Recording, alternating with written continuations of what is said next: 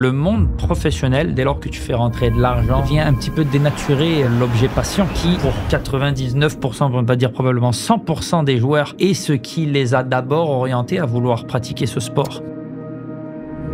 Dominique Morin me disait que quand il s'entraînait et quand il voyait Nesta, il était excessivement impressionné parce qu'il ne bouge pas beaucoup, mais il parle beaucoup et il est toujours au bon endroit. Il prend l'info, il la processe, se place. Et là, c'est là où tu fais rentrer la double dynamique.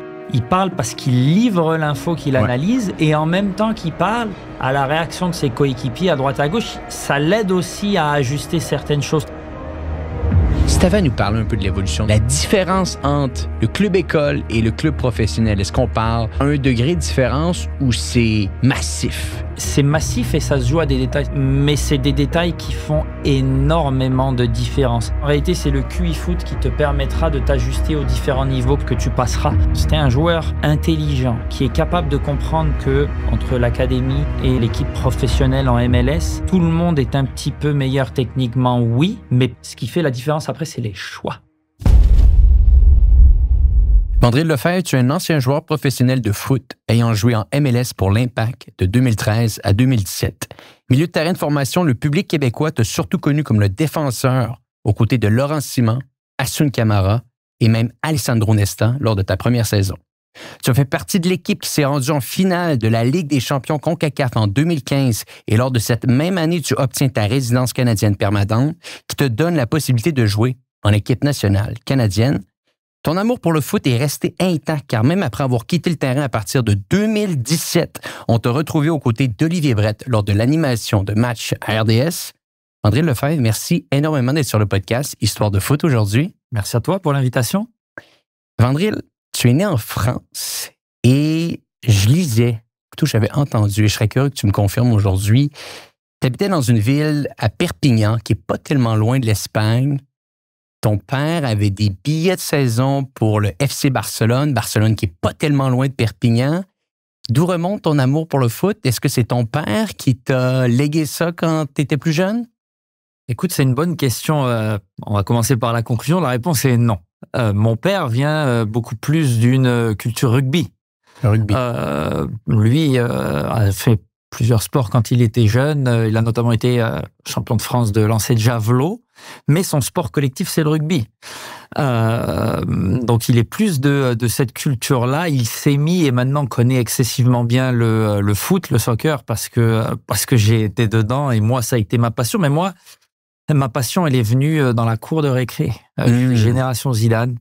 Tu sais, moi, je suis né en 88.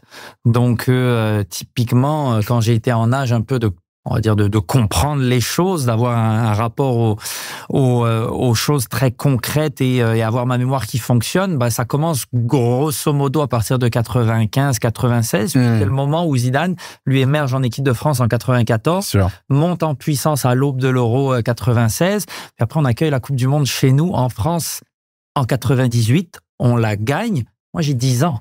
Donc, évidemment, tu imagines bien qu'est-ce que c'est pour un enfant d'avoir la Coupe du Monde qui se prépare, tout l'engouement qui naît. Et dans la cour de récré, c'est là qu'est né pour moi cet amour-là, où à chaque fois qu'il y avait la sonnerie qui retentissait, j'avais mon ballon, puis je courais le plus vite possible pour prendre possession du terrain et ramener les copains et jouer à chaque fois que j'en avais l'occasion.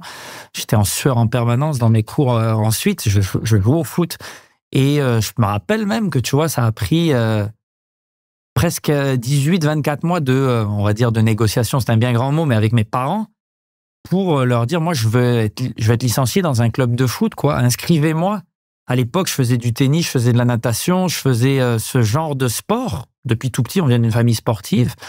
Mais le foot, c'était quasiment, à l'époque, mon père, je me souviens encore, non, c'est pas un sport complet. Non. Pour quelle raison? Bon, et puis même lui, peut-être, serait même pas capable de justifier le pourquoi. Puis évidemment, comme petit enfant, garçon, je vais pas non plus questionner le pourquoi. Limite, je me battais simplement pour non, mais c'est ce que j'aime, quoi. Puis au final, regarde, ça a duré peut-être 18-24 mois. J'ai été inscrit à l'âge de 7-8 ans. Et puis j'ai jamais lâché ça. Depuis la saison 96 à peu près. Puis l'année 96, saison 96, je suis année après année, ça va bientôt faire 30 ans. Maintenant, je suis dans un club et je joue tout le temps. C'est resté. Génération Zidane, mais tu vas voir des matchs de FC Barcelone. Est-ce que ça a changé un petit peu ton amour pour ton club à travers le temps? Écoute, alors, le FC Barcelone, on avait l'occasion, pour des raisons professionnelles de mon père, d'avoir accès très facilement, effectivement, à des billets là-bas au Camp Nou. Et donc, on y allait 3, 4, 5 fois par année, mon grand frère et moi, majoritairement, et où on a vu des superbes matchs. On a vu des matchs de Ligue des Champions. J'ai vu demi-finale de Coupe de l'UEFA, Barça-Liverpool. J'ai vu quart de finale de Ligue des Champions, Barça-Juventus, avec, ça c'est marrant pour la petite histoire, un Marco Di Vaio qui était le numéro 9 de la Juve à ce moment-là, titulaire, et que je vois jouer ce match-là, et avec qui je joue finalement des années après, lorsqu'il vient à Montréal et fait partie est le premier joueur désigné de l'histoire de l'Impact de Montréal. C'est marrant. Et à l'époque, j'aime le Barça parce que Perpignan, c'est la partie catalane de la France. Donc clairement, le club que mes amis et le club qu'on supporte, c'est le Barça. Sauf que moi, il y a un petit mécanisme qui vient changer un petit peu, c'est Zidane. 2001. Transféré au Real Madrid en 2001. Ça change la donne. Je l'ai dit, je suis génération Zidane, je baigne là-dessus, tu me demandes le meilleur joueur pour moi. Enfin, c'est Zidane, quoi, parce que ça s'inscrit dans une dynamique d'enfance. Et donc, quand il vient au Real Madrid, ça change un petit peu peut-être mon allégeance au FC Barcelone à ce moment-là, où je deviens beaucoup plus neutre, pour ne pas dire beaucoup plus orienté et enclin à aimer la Maison Blanche de Zidane. Et bon, quand Zidane signe en 2001 au Real Madrid, à peu près dans les mêmes années, peut-être 1 ou 2 années plus tard, tu arrives au Canada, donc à 14 ans plus exactement. Je serais curieux de t'entendre, footballistiquement parlant, quand tu arrives et que tu commences à jouer un peu au Québec, à Montréal, quel choc que tu as? Est-ce que le niveau est considérablement différent? Est-ce que ça te tanne un peu ou finalement tu trouves ton compte? Écoute, c'était difficile. Il y en a beaucoup, peut-être moi le premier à l'époque, mes souvenirs là-dessus, de penser que tu viens de France, je jouais quand même au plus haut niveau où c'était possible en moins de 14 national, à ce moment-là, fédéral qu'on appelait, mais bon, peu importe, c'est niveau national. J'étais pas loin de pouvoir rentrer au centre de formation de Montpellier à ce moment-là, commençait à y avoir des touches. C'est l'âge auquel on rentre, grosso modo, à 13 ans. Et je viens ici et on pourrait croire que ça va être plus facile. Et en réalité, moi, j'ai frappé un mur. Alors, frappé un mur qui n'est pas seulement footballistique. J'ai frappé un mur même à l'école. J'étais plutôt bon élève jusqu'alors dans ma vie. Mais ce changement était radical. De venir du sud de la France, de venir au Canada, à l'échelle de ma vie, ça a été radical. Sur le moment, tu t'en rends pas compte, mais un petit peu à froid avec la perspective. Ça a été un changement que j'ai pas assimilé tout de suite. Il y a eu des difficultés la première année à l'école. Il y a eu des difficultés aussi dans le foot. Et puis ça a conduit aussi ma vie parce que de la même manière que quand ça allait bien dans le foot et ça allait bien à l'école, l'un nourrissait l'autre. Quand ça allait mal à l'école, ça allait mal dans le foot. Ça s'est passé comme ça cette première année où je mets un temps dans ma première saison. Puis le foot maintenant au Québec est devenu différent et structuré différemment. À l'époque, il y a une ligue élite dans laquelle, à l'échelle de Montréal, il y a grosso modo que 2 clubs. Il y a le club des anglophones de Lakers Lac Saint-Louis, puis le club des francophones de Montréal Concordia. Moi, je joins le club des francophones. Je schématise un peu, mais c'est un peu ça. Le club des francophones de Montréal Concordia. Et je pense que ça me prend au moins 5, 6, 7 matchs avant de m'installer comme titulaire. Je suis un remplaçant en arrivant parce que mon jeu a du mal à... C'est du mal à être bon, tout simplement. Regarde, c'est différent. J'ai du mal à être bon. Comme j'ai dit, mon intégration, les amis perdus, la difficulté peut-être à recréer un environnement dans lequel je me sens bien, etc. Plus les difficultés à l'école. J'étais pas bon au foot, tout simplement, ou du moins pas assez bon. Et ça me prend 5, 6, 7 matchs avant de m'installer. Puis par contre, à partir du moment où je m'installe, au milieu de l'été 2004, ça y est, là ça démarre. Je m'installe, je ne sors plus. Ouais. Question pour toi, tu allais rentrer dans un centre de formation à Montpellier, comme tu me dis. Je pense que tes parents sont venus ici pour des raisons reliées au travail. Est-ce que tu en as voulu à tes parents de déménager à Montréal où tu comprenais la situation? Non, pas voulu parce que effectivement, je pense que j'avais quand même à ce moment-là la lucidité de comprendre que le travail dicte les choses. Je viens aussi d'un milieu d'éducation où c'est peut-être plus difficile en 2024 d'avoir ce rapport aux choses, mais où, à l'époque, en tout cas moi, quand j'étais enfant, et pour l'époque et pour l'environnement dans lequel j'ai grandi, je veux dire, un enfant, tu questionnes pas les choix de tes Bien parents. sûr. L'enfant, voilà, il est, je sais pas qu'il est à la merci de ses parents, mais il suit le chemin que ses parents suivent. Donc c'était comme ça, je l'ai pas questionné. Est-ce qu'à la blague, mais non.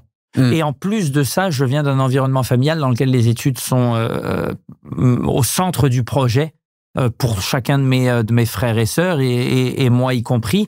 Donc non, il y a jamais eu de l'ambition de dire je vais faire du foot, qui était une passion claire dans mon esprit et claire pour mes parents à ce moment-là.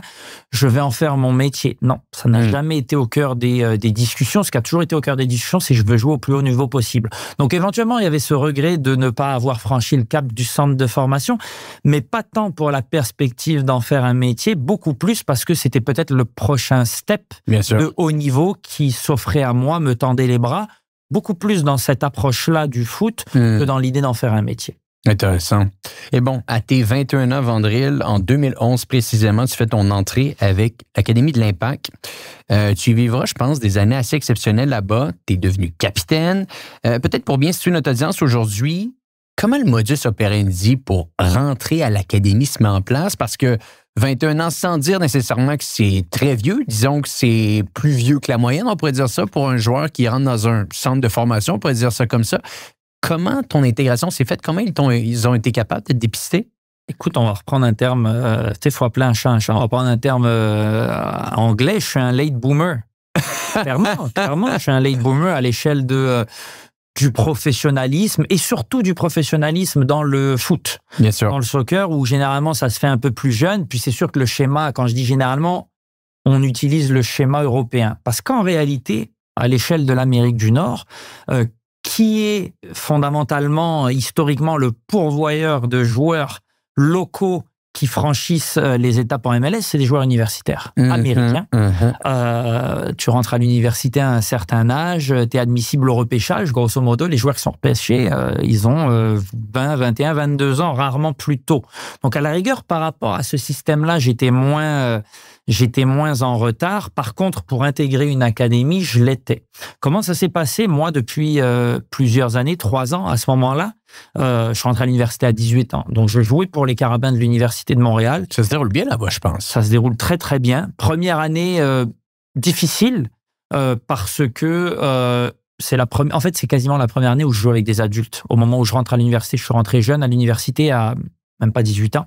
Je faisais 18 ans quelques mois après. Je suis rentré jeune et à ce moment-là, il y a beaucoup de joueurs d'un certain âge avec un certain vécu quand même, qui ont joué semi-pro ou professionnel de rang division 3, voire 4 en France, qui viennent ici au Canada, à Montréal, pour faire leurs études et qui jouent avec l'université. Et moi, ces joueurs-là, ils ont 25 ans et plus. Certains avaient 27, 28 de mémoire.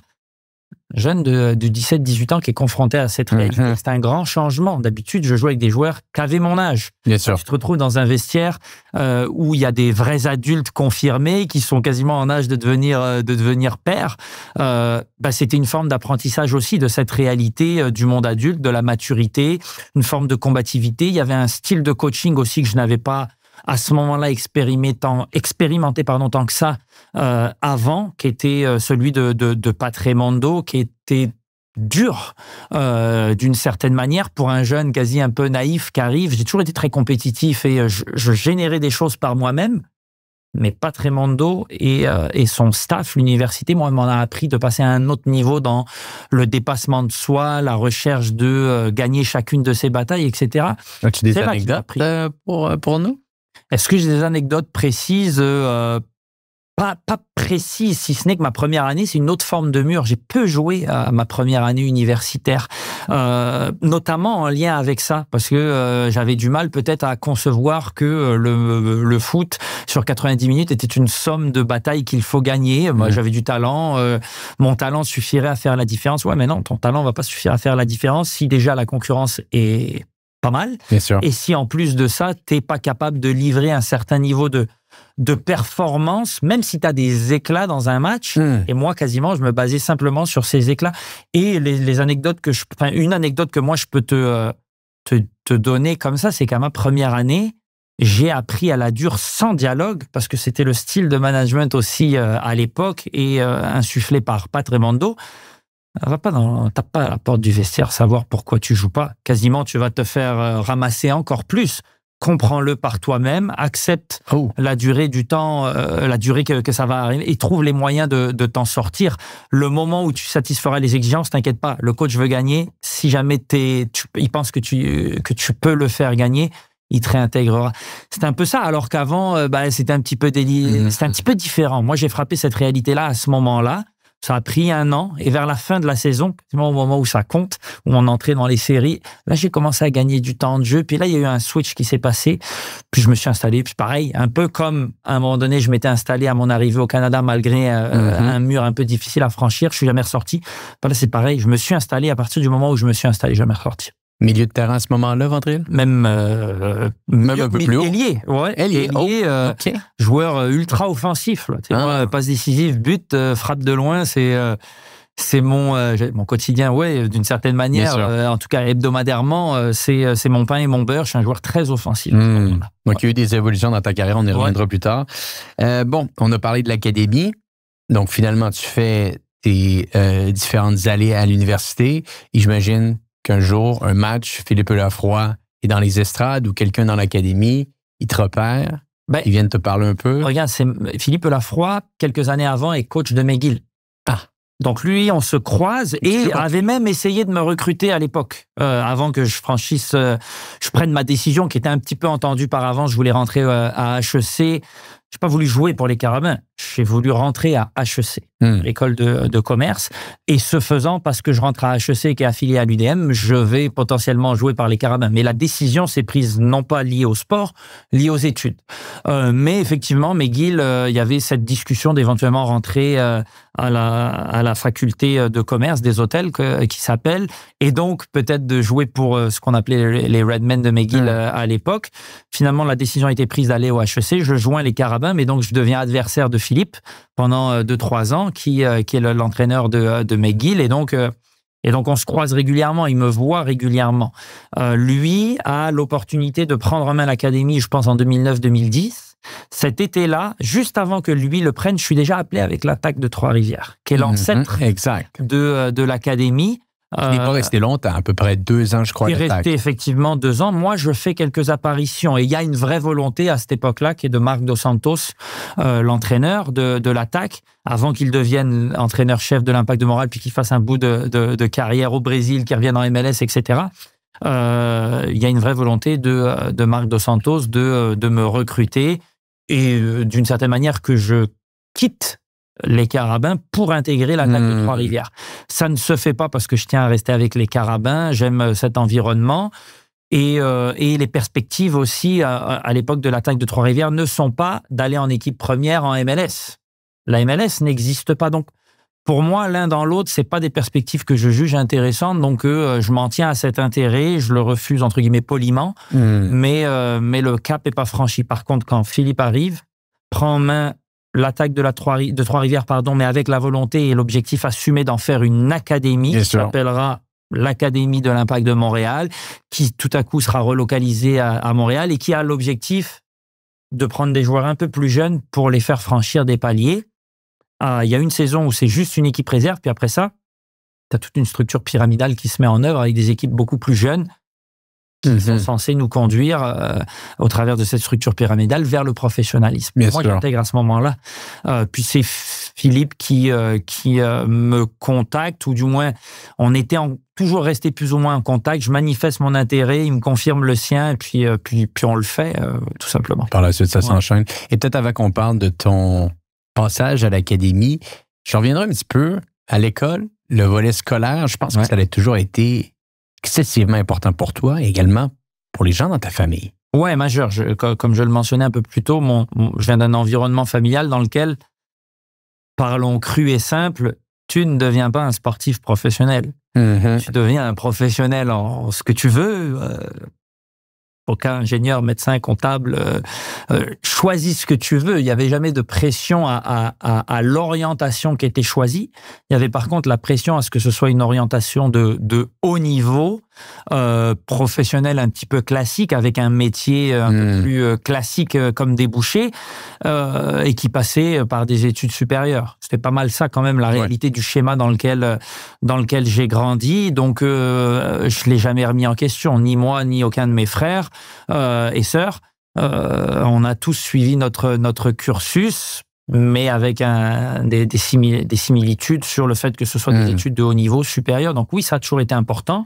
Et regarde, il y avait la lucidité aussi de mon côté de comprendre que sans dire que c'est le seul moyen dans la vie d'arriver à faire quelque chose, c'est pas vrai. Et puis c'est encore moins vrai maintenant avec mon propre recul et ma propre expérience. Il n'y a pas qu'un seul chemin à suivre dans la vie pour s'en sortir. Maintenant, c'est sûr que voilà, il y a des chemins qui maximisent, optimisent ta capacité à t'en sortir et à t'en sortir de la bonne manière sans avoir peut-être une pression et des incertitudes. C'était celui de passer par des études supérieures, c'est celui que j'ai suivi.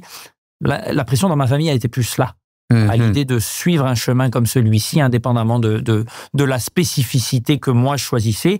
Et j'ai mis du temps, par contre, avant de savoir que je voulais être comptable. Je savais, beaucoup par élimination, que je voulais aller en affaires. Mais quoi faire en affaires? Non, ça a pris du temps. Je pense que ça s'est même éclairé. J'avais déjà 20 ans et plus. Ben, la beauté dans tout ça, c'est que tu as été capable de faire les deux. Ouais. Et c'est pas donné à tous. Donc, félicitations pour ça. Mais bon, je reviens à l'académie. Philippe te dépiste, t'amène à l'académie. Et tu disais de lui, un coach qui, selon toi, arrive à bien comprendre le joueur et l'homme. Je t'ai entendu plusieurs fois parler en bien de Philippe.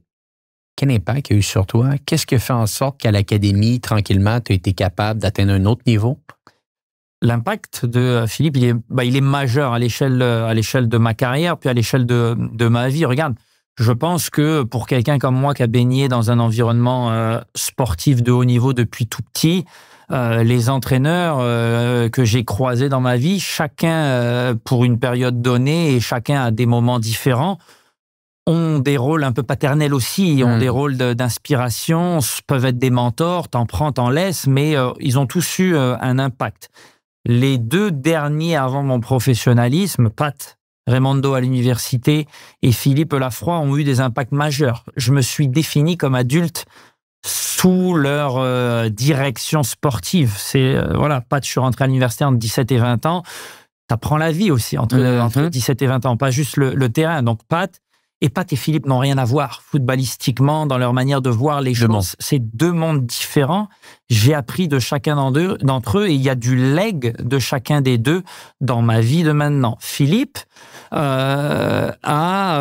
puis aussi par une proximité culturelle, il est français d'origine.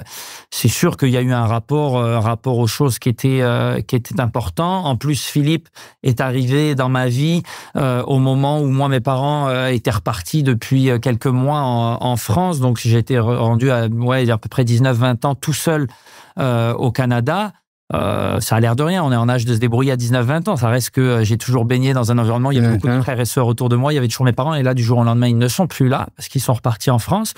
Lui, il arrive à ce moment-là, donc il devient d'encore plus une forme de paire de substitution. Et je dirais que Philippe a dans son approche du foot quelque chose de super humain. C'est quelqu'un qui dialogue énormément.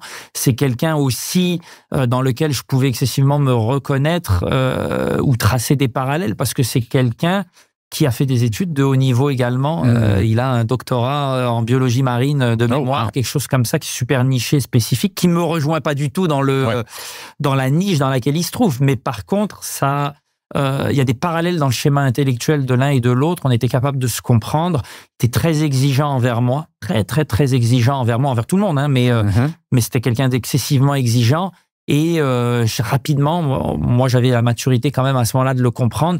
Je comprenais parfaitement le pourquoi il était, et ça me prenait pas 3 fois de me dire une chose pour comprendre que le pourquoi il me le communiquait comme ça, fallait que je prenne le pli et vite.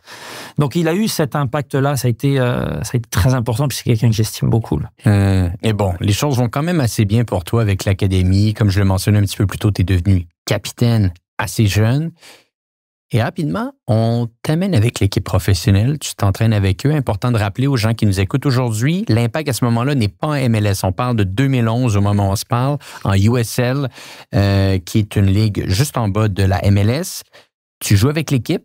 Je pense que les choses vont quand même bien au début. Peut-être tu peux nous ramener à ce moment-là quand tu fais des matchs, quand tu t'entraînes avec l'équipe en 2011, juste avant qu'elle atteigne le statut de professionnel en Amérique du Nord MLS. Ouais, en fait, cette première année, en 2011, moi, je rentre là à l'académie, je rentre fin 2010, début 2011, je rentre. On sait quand même que le club va passer en MLS en 2012. Ouais. La date est actée, annoncée, et la structure et la création de l'académie s'inscrit en ce sens. Bien sûr. Mais effectivement, je rentre, il reste encore une année en USL, et je rentre un peu, le discours qui est tenu à ce moment-là, c'est que je rentre sur une forme de contrat, ou sans parler de contrat, je rentre avec un objectif de 18-24 mois pour passer professionnel. On m'en donnera pas plus parce que je suis un peu plus âgé que les autres. Et la réalité des choses s'accélère un peu. C'est-à-dire qu'au bout de 3-4 mois de présence à l'académie et d'entraînement au quotidien, j'arrive à franchir des paliers, je suis performant. Et quotidiennement, je vais m'entraîner avec les professionnels. Le week-end, je rentre faire les matchs avec l'académie, mais du lundi au vendredi, je suis avec les professionnels très rapidement. Ça aussi, c'est une forme de catalyseur et d'accélérateur de maturité footballistique, de compréhension, d'exigence, etc. Et au milieu de cette saison-là, je suis même, parce que je suis performant en match avec l'académie et performant aux entraînements, je suis même amené à jouer quelques matchs avec le groupe professionnel, à faire des entrées. Au début, ça se passe bien, puis ça se passe un peu moins bien sur 1-2 performances. Et à ce moment-là, je frappe la réalité qui était peut-être moins vraie, qui était déjà clairement moins vraie à l'académie et peut-être moins vraie avant aussi, où on n'est pas patient. On n'est pas patient parce que le professionnalisme nécessite des résultats maintenant et tout de suite. On n'est pas patient parce que non seulement ces résultats sont attendus maintenant et tout de suite de manière générale, mais c'est d'autant plus vrai dans cette saison où le club va pas trop bien. L'équipe professionnelle, va pas trop bien sportivement. Elle est virtuellement pas qualifiée pour les séries très tôt dans l'année et a du mal à justement gravir ça. Et c'est quasiment impensable pour les entraîneurs et l'actionnariat de l'époque, une année avant de rentrer en MLS, d'avoir un club qui est en USL et pas capable de se battre pour une place en série. Et sans crier à l'injustice, c'est sûr que c'est plus facile de mettre au placard un jeune qui performe pas qu'un vétéran qui a un certain contrat.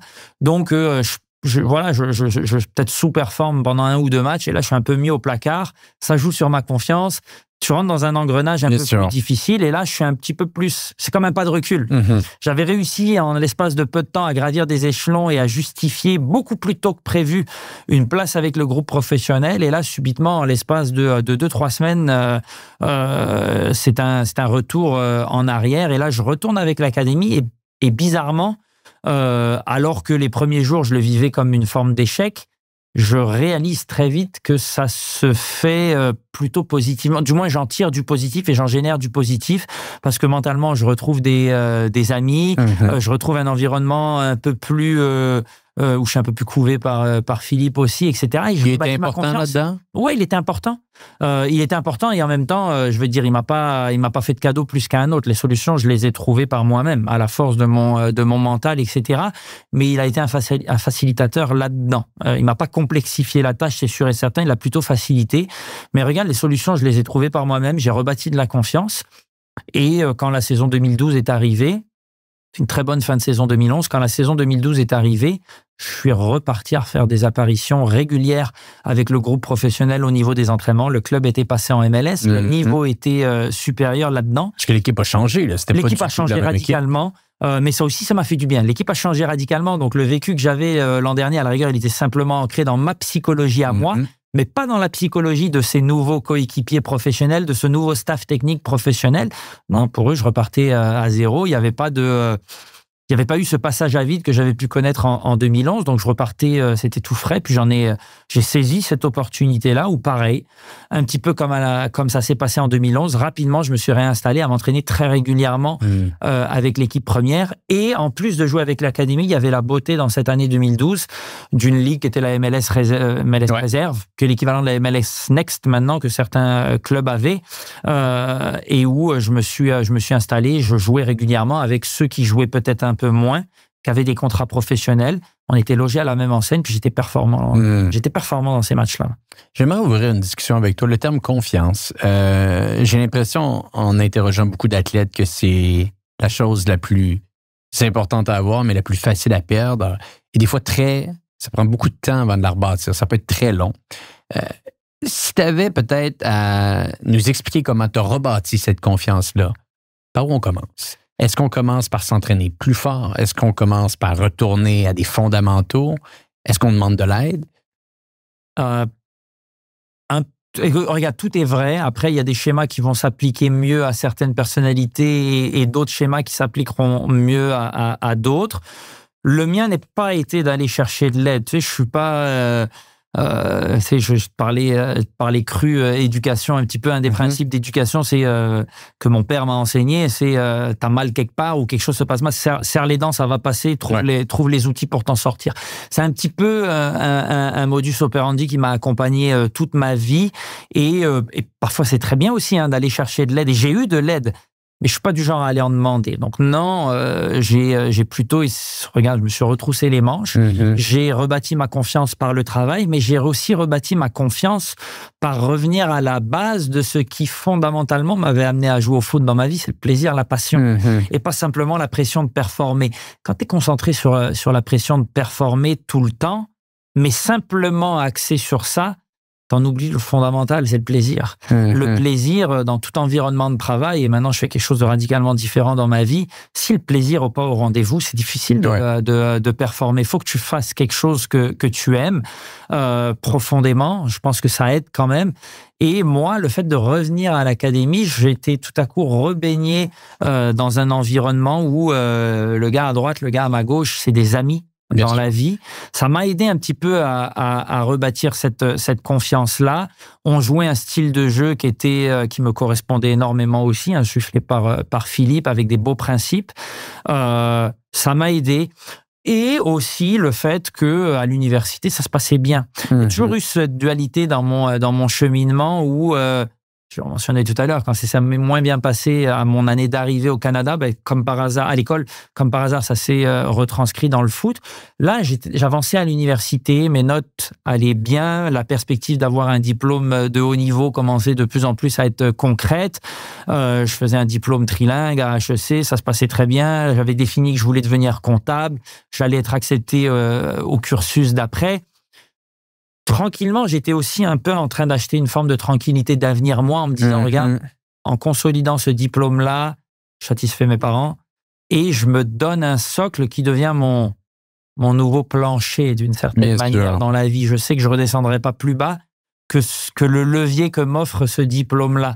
Ça m'a aidé quand même, l'air de rien. C'était majeur d'un point de vue mental, parce qu'on se parle de mental, d'être capable de dire que ta vie, sans savoir exactement ce qu'elle va être, tu coches une case, là. Ouais, je sais que fondamentalement, je suis tranquille. Je sais que je descendrai pas... Bien sûr. Je viens de définir un plancher qui est déjà un plancher de haut niveau, finalement. Parlons concret, c'était ça. Et moi, ça m'a acheté beaucoup de tranquillité. À partir du moment où tu es en train de t'inscrire dans cette dynamique, c'est beaucoup plus facile de prendre l'opportunité du foot comme du bonus que tu amènes dans ta vie et de ne faire qu'en tirer du positif. Ça m'a beaucoup aidé, c'est sûr et certain. C'est tellement bien dit. Bon. Tu retournes avec l'académie, tu fais des entraînements avec le club de l'Impact en 2012. Officiellement, par contre, tu signes en 2013. On pourrait dire qu'officieusement, tu étais là un peu avant, mais bon, le contrat s'est fait en 2013. Avant de parler de cette signature en professionnel, tu as utilisé plutôt le terme dualité. J'ai l'impression que c'est un peu ce qui peut s'intégrer avec tes différents coéquipiers parce que vous êtes une équipe, vous jouez ensemble, tu l'as mentionné, MLS Reserve, il y a peut-être une autre ligue également pour les joueurs de l'académie. Vous êtes une équipe, on joue ensemble, mais au final, à chaque année, dans une cohorte de joueurs, dans un centre de formation, il y a quoi? 1, 2 joueurs qui vont signer professionnels. Donc, vous vous battez tous pour un contrat. Comment s'installe cette dynamique-là avec tes coéquipiers, tes collègues? Est-ce que c'est des amis? Est-ce qu'un autre côté, ce sont des joueurs que tu vois comme des gars qui pourraient prendre ton contrat? Comment ça s'installe, tout ça? Écoute, c'est tout à fait, c'est une question, mais pour moi, c'est une affirmation. Ce que tu dis, c'est la réalité crue du monde professionnel ou pré-professionnel. Et finalement, effectivement, pour une génération donnée, il y a peut-être 10-15% dans les meilleures générations qui passent professionnelles. Ce que ça veut dire, c'est que les 85-90% restants servent aux 10 à 15% d'avoir un contrat professionnel. Ils sont des lièvres. Si on utilise une image, ils sont des lièvres qui permettent aux coureurs de décrocher le Graal qu'il veut. Dans la réalité des choses, je te dirais que ça se passait un petit peu différemment. Et puis c'est ce qui a fait la beauté du parcours aussi. À l'académie, tout le monde était à peu près d'une même génération à 2-3 ans près. Et il y avait une profonde amitié entre les gars qui composaient cette équipe-là pour les environ les 2 ans que ça a duré. Pour moi, une vraie amitié sincère. Et où personne s'est vu, même si on s'arrêtait 2 minutes et que je pense que chacun en rentrant chez soi était bien capable de comprendre que c'est pas tout le monde qui serait professionnel et qu'il y en avait ici qui servaient la cause de d'autres et que ça se ferait au détriment d'eux. Effectivement, je pense que tout le monde avait cette lucidité, mais en même temps, tout le monde croyait en ses chances. Tout le monde jouait son rôle parce que au-delà de l'ambition que tu as de devenir professionnel, tu es aussi satisfait et tu te considères déjà privilégié d'être un de ceux choisis à intégrer l'académie. C'était déjà une place de choix à l'échelle de la province pour une génération donnée d'intégrer l'académie. Tout le monde était conscient de ça. Tout le monde était conscient aussi sous le leadership de Philippe Lafroy, qu'il était en train de franchir des paliers. Est-ce que ces paliers allaient te permettre d'accéder au professionnalisme?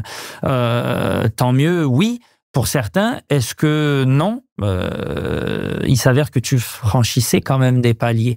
Et il y en avait d'autres qui étaient quand même lucides à dire, regarde, si je suis pas capable de m'en sortir professionnel, de décrocher un contrat professionnel à l'Impact, peut-être je le décrocherai ailleurs. Et si je suis pas capable d'avoir un contrat professionnel ailleurs, j'intégrerai peut-être une université. Dans tous les cas, ce ne sera pas perdu ce que j'aurais réussi à créer collectivement et individuellement pendant ces 12, 18, 24, 36 mois pour certains qui restaient à l'académie.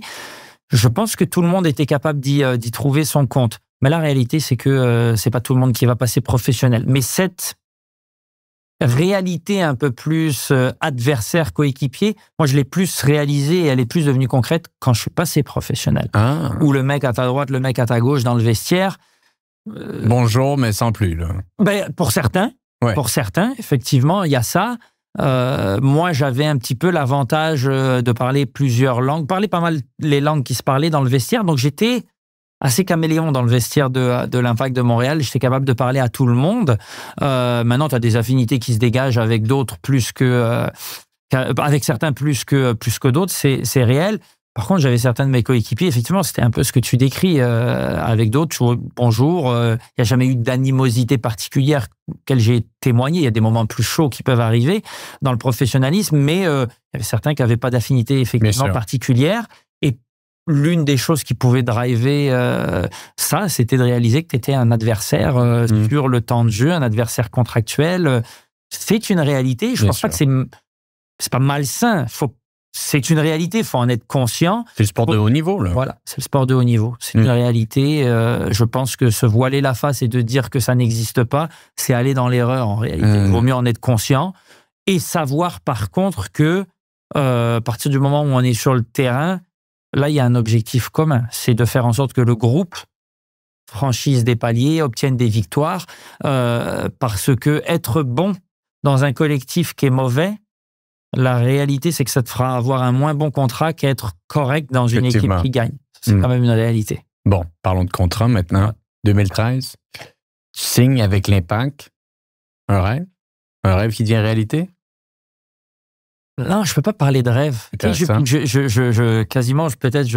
crève une bulle. Pour beaucoup, c'était un rêve. Moi, de manière super pragmatique, c'était pas un rêve. Intéressant. C'était devenu un objectif. C'était devenu un objectif concret, matériel, tangible. Juste pour bien situer les gens qui nous écoutent, à l'académie, vous entraînez chaque jour. On est d'accord. Là, ça devient vraiment un cadre excessivement professionnel. On veut vous préparer à devenir pro. Donc, à un certain moment donné, à 21 ans, si tu t'entraînes chaque jour, c'est sûr que tu vas atteindre ton objectif, j'imagine. Là. Ouais, c'est un objectif. Mais pour moi, un objectif et un rêve, c'est deux... tu vois, ça peut être commun. Hein? Tu peux avoir un objectif qui est un rêve. Moi, un petit peu parce que j'en parlais de mon environnement familial, le fait de venir au Canada quasiment avait tué l'idée de devenir professionnel parce que quand j'arrive au Canada, puis c'est pas, je veux pas manquer de respect à personne de l'ancienne version de l'Impact de Montréal, je veux vraiment pas que ce soit perçu comme ça, mais pour moi, c'était pas un rêve de devenir professionnel dans cette configuration-là, parce qu'en plus de ça, ça se ferait surtout dans le schéma classique européen, au détriment des études. Et les études que je menais m'amenaient à des objectifs beaucoup plus sécurisés, sécuritaires et matériels sur le niveau de vie que je voulais atteindre et le type de vie que je voulais atteindre après que de devenir professionnel. Donc en fait, en arrivant au Canada, déjà, il n'y avait pas beaucoup de rêves avant. Il y avait un rêve très lointain, mais qui a jamais que je caressais quasiment seulement la nuit. Mais en fait, quand je me levais le matin, il n'y a jamais eu... Ouais. Non, c'était jouer au plus haut niveau. Quand j'arrive au Canada, ce résiduel de rêve qui peut même exister, il est mort, il disparaît. Donc après, quand la possibilité de joindre l'académie réarrive à 20-21 ans, je rentre dans une dynamique beaucoup plus pragmatique et cartésienne. J'ai l'opportunité de rentrer dans une structure qui peut m'offrir la possibilité de devenir un professionnel. Ça devient un objectif de carrière. Ça devient un objectif. Tu vois ce que je veux dire? Ça devient pas un rêve. Ça devient un objectif. Définitivement. Et bon, crois-tu qu'avec du recul, c'est peut-être ce pragmatique-là qui t'a autant aidé? Parce que tu as l'air d'être excessivement intentionnel dans ton approche, c'est-à-dire que tu vois ça littéralement comme tout autre objectif que maintenant peut-être que tu vois dans ta carrière de tous les jours. Est-ce que tu penses que ce pragmatique-là, comparativement à d'autres, a pu t'aider à aller plus vite, à aller peut-être encore plus loin et finalement obtenir cette signature-là? Pour le type de personnalité que j'ai, je pense que oui. Maintenant, je me suis posé aussi la question à froid, a posteriori, parce que sur le moment, tu ne le réalises pas. Est-ce que venir d'un environnement peut-être un peu moins privilégié que celui que j'ai eu étant jeune, venir d'un environnement où je suis peut-être moins bon à l'école, et donc je m'offre pas ce parachute magnifique de sécurité pour le reste de ma vie. Donc d'une certaine manière, est-ce qu'être condamné à la performance sportive avec le talent que j'avais aurait pu peut-être m'amener encore ailleurs? C'est pas impossible, parce que une chose que, puis regarde, je suis encore jeune, mais j'ai 35 ans, tranquillement les années passent, une chose que j'ai retenue de mon passage dans le foot et de mon après-carrière maintenant, c'est que souvent quand tu es dos au mur, c'est là où tu réalises les meilleurs exploits. Moi, je peux pas dire que j'ai fondamentalement été mis dos au mur à beaucoup de moments dans ma vie, c'est même l'inverse.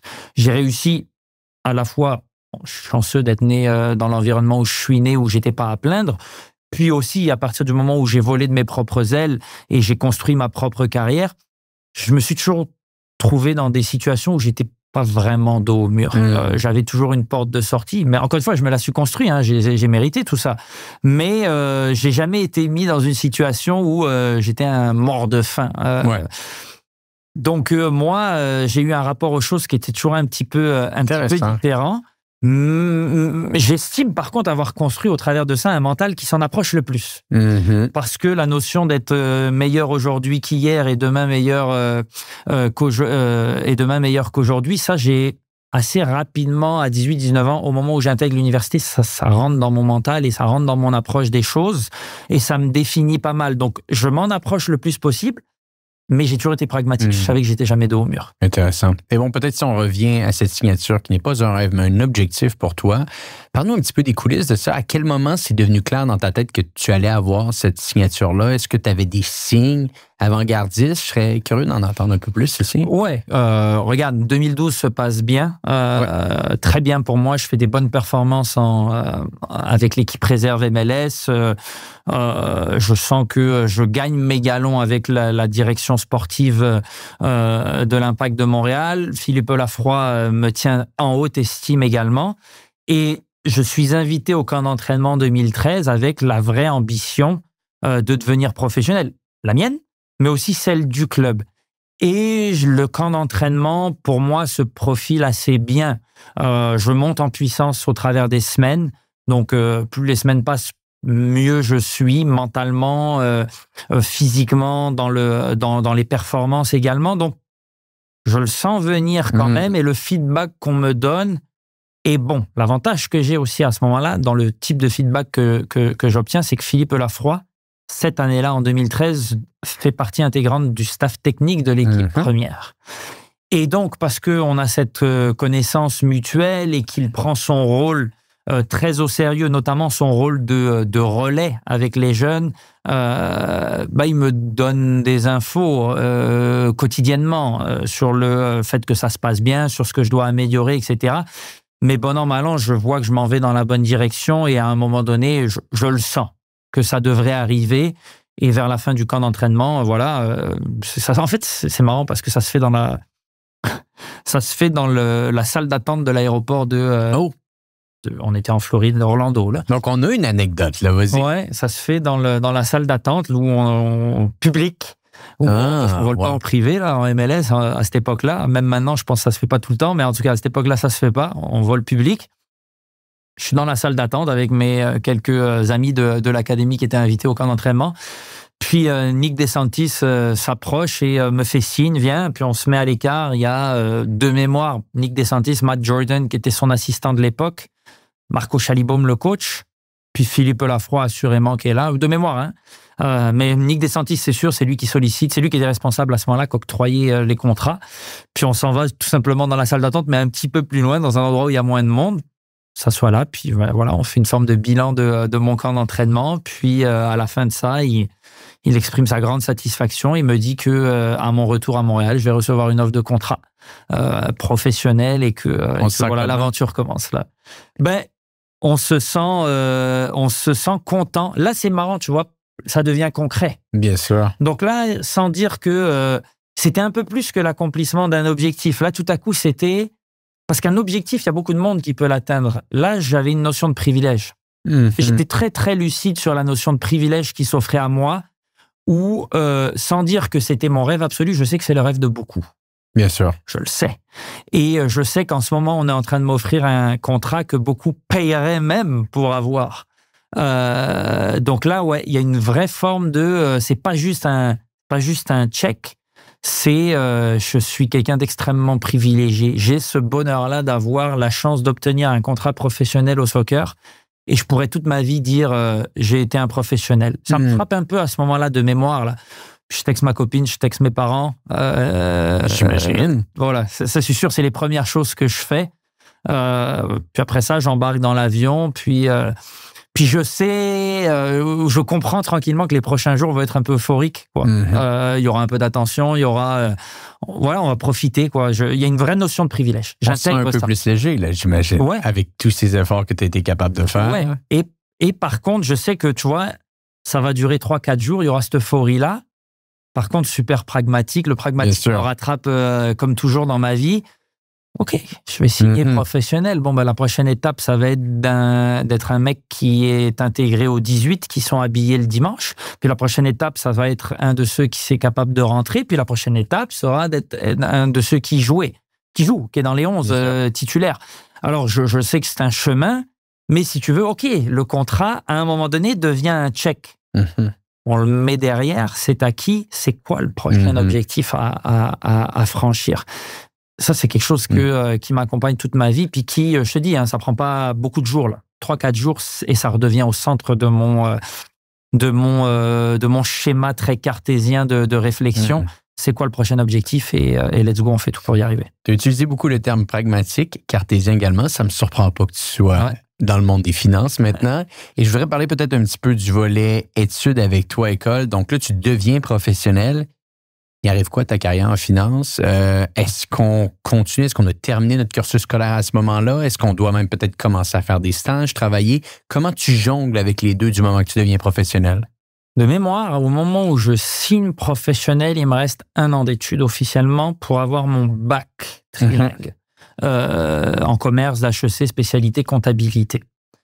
sachant que moi, je ne veux pas m'arrêter là. Et je le sais déjà à ce moment-là. Mais le fait qu'il me reste qu'1 an à faire, c'est-à-dire 1 an, tu le touches du bout du doigt, je sais plus comment ça se passe exactement, mais encore une fois, le fait que Philippe soit dans le staff technique m'aide là-dedans pour sensibiliser le coaching staff et l'entraîneur-chef de l'époque, Marco Chalibaume, au fait que je suis dans cette réalité-là. Personne me met de bâton dans les roues, mais moi, je l'approche aussi et je l'aborde super intelligemment, super de manière intelligente en disant, regardez, moi, je demande rien à personne. Si ce n'est qu'on me mette pas des bâtons dans les roues. J'entends que je suis un professionnel, comptez sur mon professionnalisme.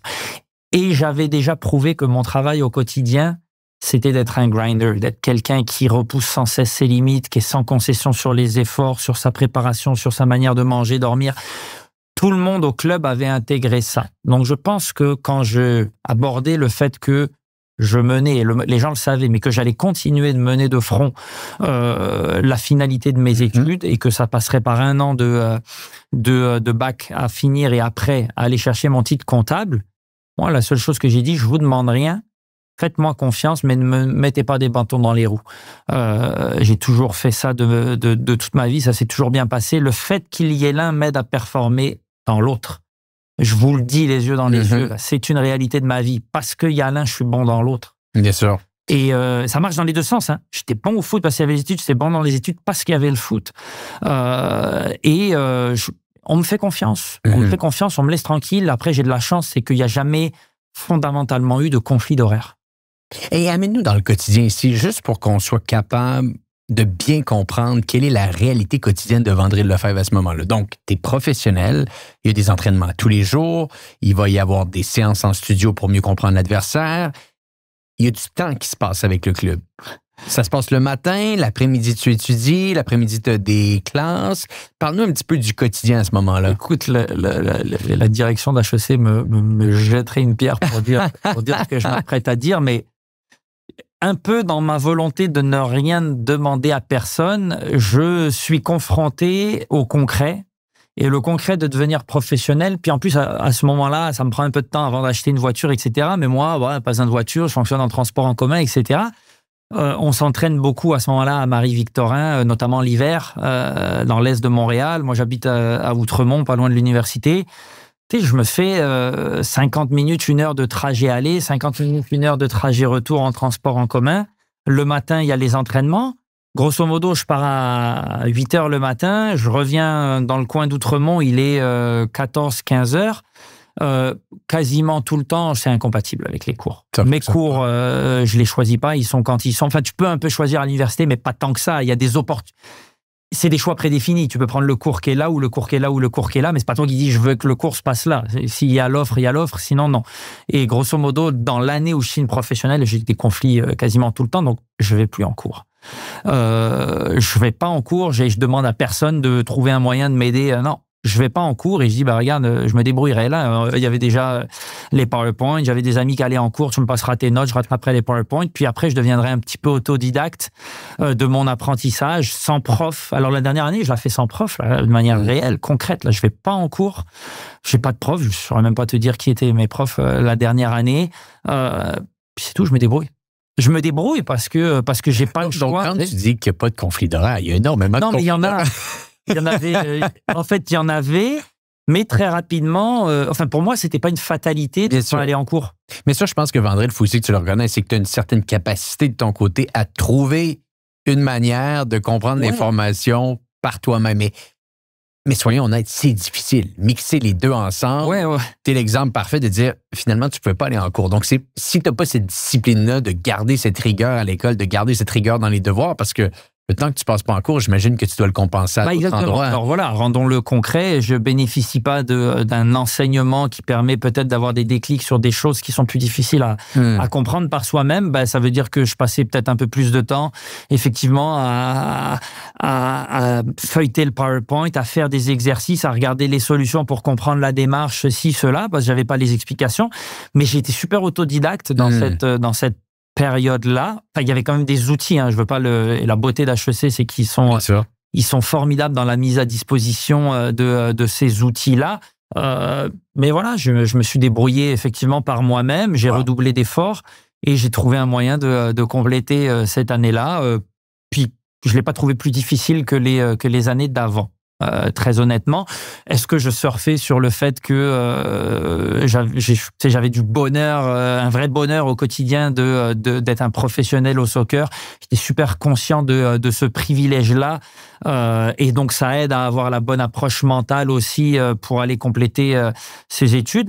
Je l'ai jamais vu moi je l'ai jamais vu comme une difficulté, et donc tu m'entendras jamais, personne m'a jamais entendu dire ouais, j'ai cravaché comme un fou pour faire les deux, etc. Non. Moi, c'est pas difficile. Je n'estime pas que c'est difficile ce que j'ai fait. Est-ce que certains pourraient le juger difficile? Oui.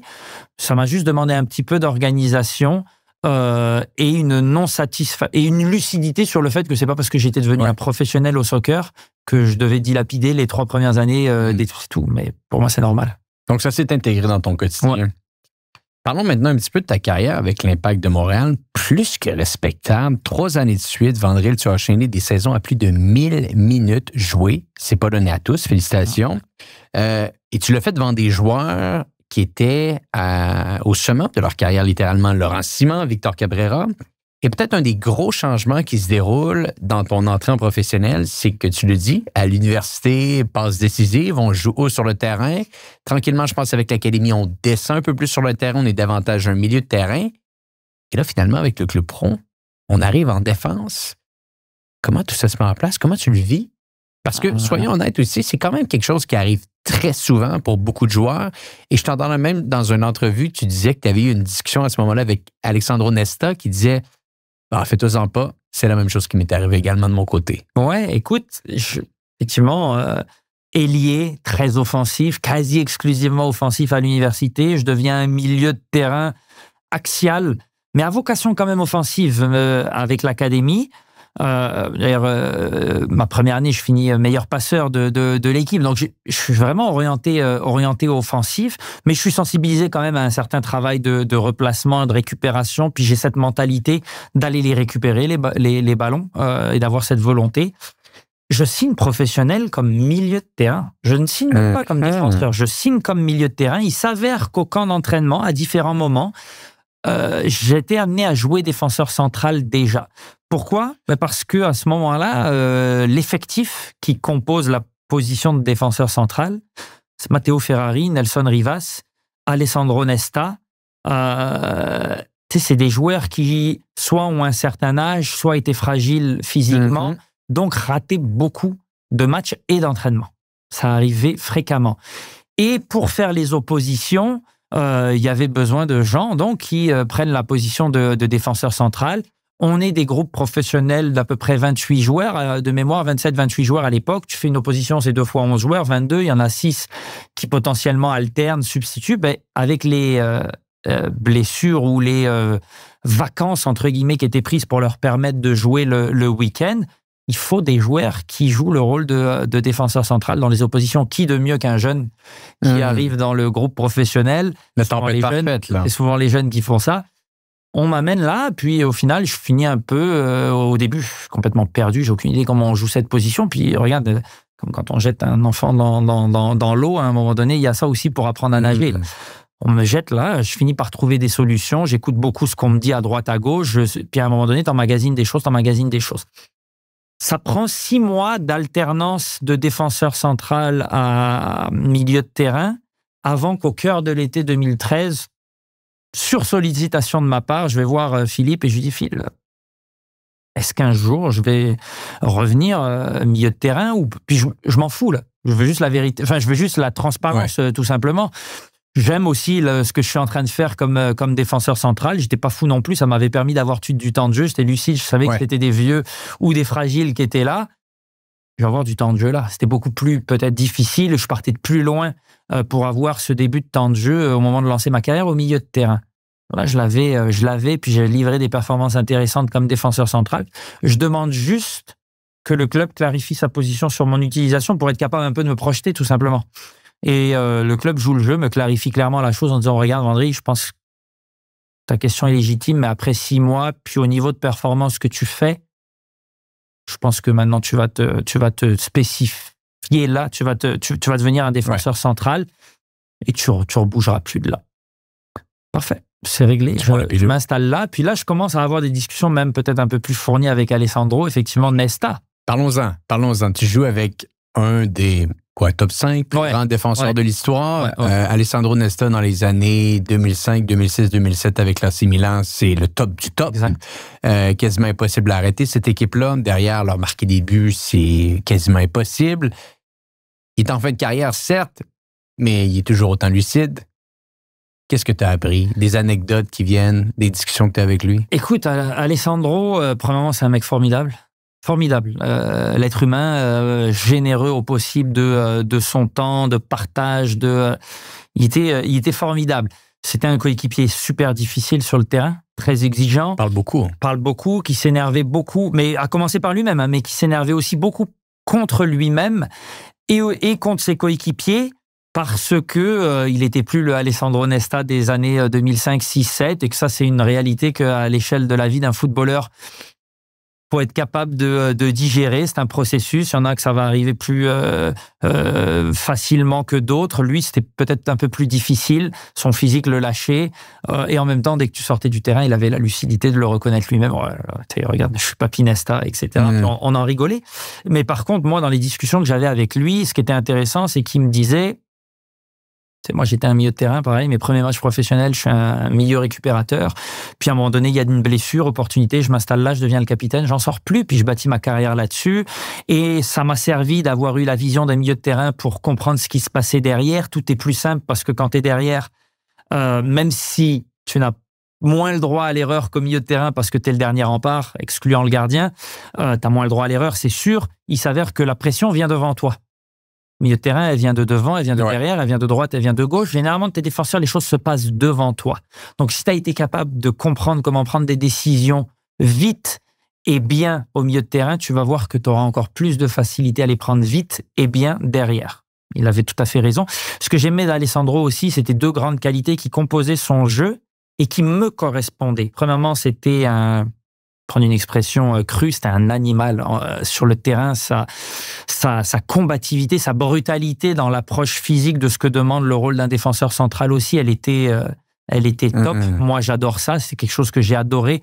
J'ai adoré marquer des buts ou faire des passes décisives quand j'étais en haut, mais j'ai adoré tacler, j'ai adoré gagner des têtes, j'ai adoré gagner des contacts quand j'étais derrière. Lui, il avait ça et il me l'a transmis, puis j'ai appris à le faire de la bonne manière au bon moment. Et l'autre grand volet qu'il avait dans son approche de la game, qui, moi, me parlait beaucoup, et pas juste dans mon approche de la game, c'est que c'est quelqu'un de super analytique. C'est quelqu'un qui réfléchit beaucoup, c'est l'école italienne de défense, c'est des gens qui, tactiquement, c'est la crème de la crème. Tactiquement, en fait, ils sont le moins possible en réaction parce qu'ils sont le plus possible en proaction. Et lui, il avait cette approche-là, de l'école italienne, et il m'a beaucoup insufflé l'idée que quand le ballon n'est pas non seulement dans tes pieds, mais même pas dans les pieds des défenseurs à côté de toi, qu'il est loin devant, c'est là que tu prépares ton prochain acte défensif en réalité.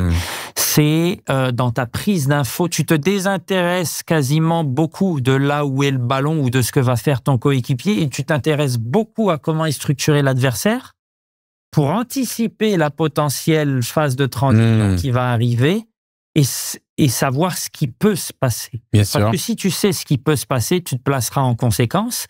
Et en te plaçant d'une certaine manière, tu dicteras ta manière d'intervenir quand tu auras le temps. Et ça, pour moi, c'était une révolution. Ah ouais. Il joue aux échecs, là. Oui, exactement. Et ça a été une révolution dans ma manière d'apprécier le rôle de défenseur. Parce que, puis j'estime être quelqu'un de pas bête dans la vie, tout à coup, il était en train de me dire que l'arme de base intellectuelle que j'ai dans ma personnalité, dans qui je suis, là, je peux la rendre super concrète dans mon analyse de la situation à l'intérieur d'un match pour être capable de me faciliter la vie au possible et de maximiser mes chances de ne pas concéder de but sur telle phase de transition, sur telle action, etc.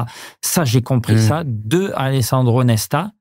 Et parce que c'est la référence et le nom, mais de Matteo Ferrari aussi, Bien sûr. qui était à côté de lui, qui n'est pas un deux de pique non plus non. à l'échelle de sa carrière, qui a été dans des grands clubs, et qui lui aussi était quelqu'un d'extrêmement généreux. Puis ces deux gars-là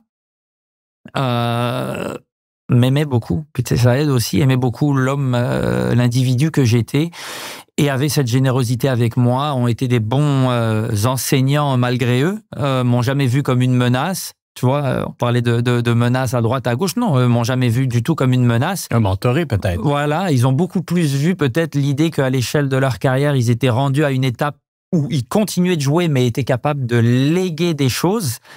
Et moi, je leur faisais sentir qu'ils étaient importants là-dedans. Donc, en les faisant sentir, tu comprends ce que je veux dire, en les faisant sentir importants dans ce rôle-là, ils avaient un leg qu'ils étaient extrêmement contents d'opérer avec moi et que moi, j'étais extrêmement content de bénéficier d'eux.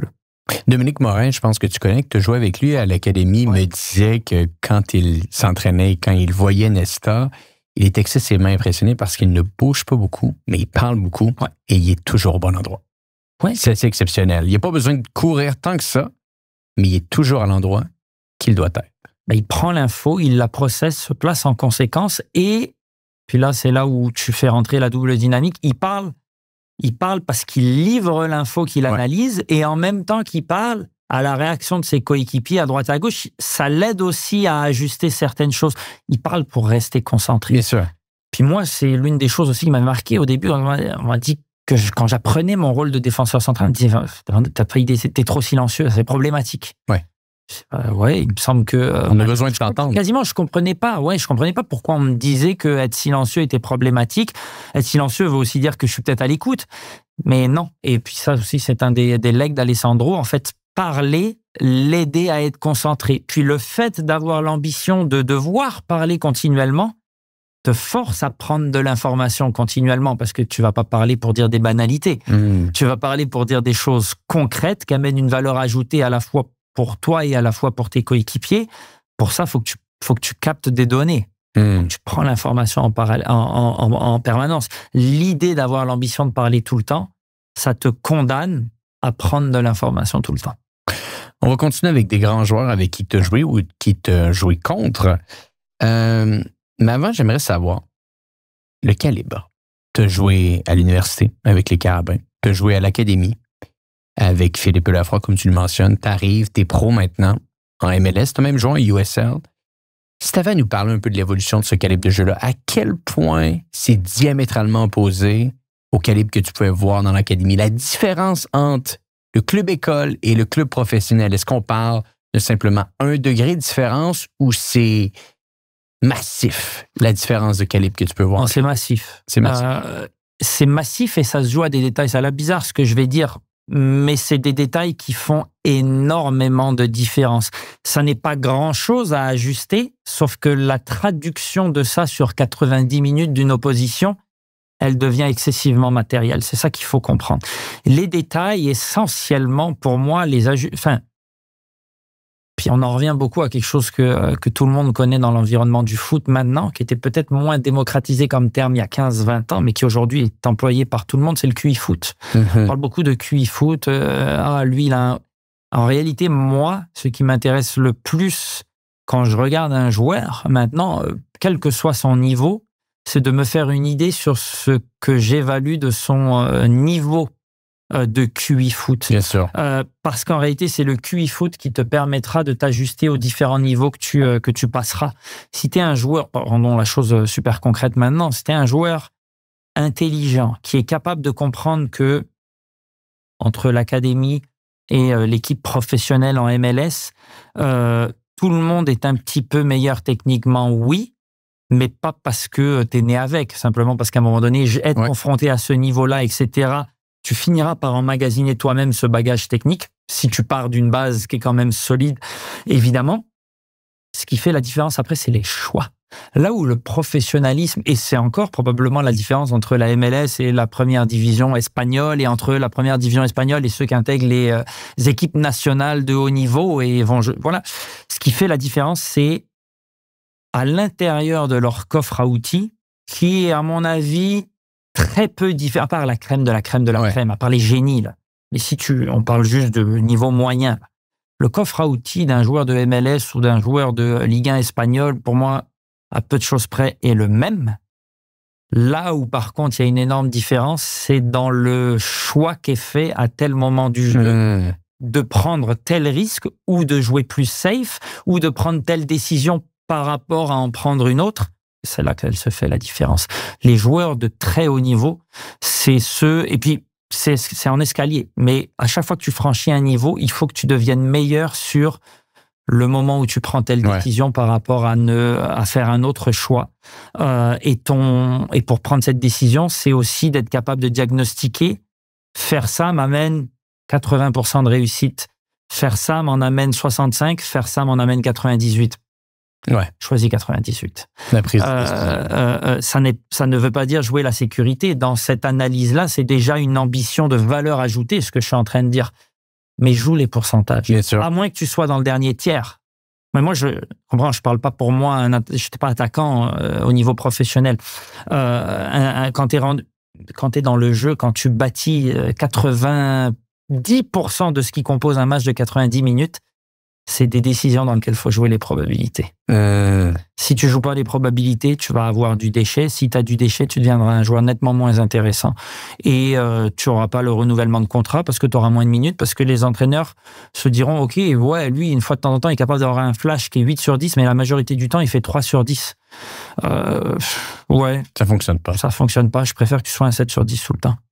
C'est ça la réalité. Parlant de niveau maintenant, dans ta carrière avec l'Impact, tu as joué contre des joueurs qui ont une carrière historique. Là, on parle ici des Kaká, des Giovinco de ce monde.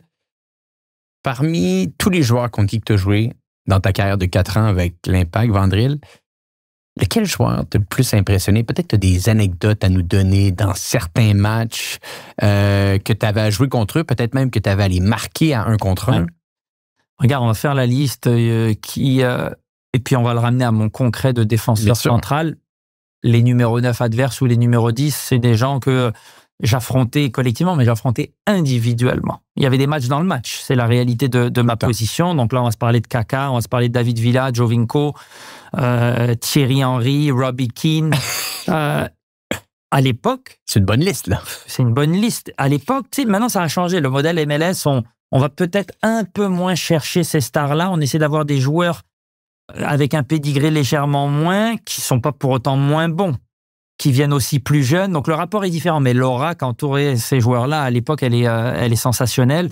Moi, je les affronte. Le joueur qui m'a Il y en a beaucoup qui m'ont marqué, puis pour des raisons différentes. Thierry Henry, par exemple, c'était sa capacité à être d'une passivité extrême pendant 88 minutes. Quasi, s'il n'était pas Thierry Henry, C'est qui se feignant, quoi, qui se replace pas. Mais en fait, ça fait partie de son affaire. Il se fait oublier, il est venu à un certain âge aussi, il se fait oublier, il se concentre sur garder ses énergies au moment où le ballon justifiera qu'il fasse telle course ou qu'il fasse tel geste. Il est toujours dans l'angle mort, etc. Ça, c'est des choses de Thierry Henry qui m'a marqué. Moi, ce qui m'a beaucoup marqué, par contre, après, c'est les déplacements des David Villa, Robbie Keane, Giovinco. Giovinco, pour moi, c'est là, le meilleur joueur que j'ai affronté. Il y a des joueurs qui ont eu une meilleure carrière, mais au moment où je les ai affrontés, le collectif dans lequel lui était très bon. On se parle des grandes années de Toronto. Ils sont en finale 2 années successivement. Ils en gagnent une. L'année d'après, ils font finale en Champions League.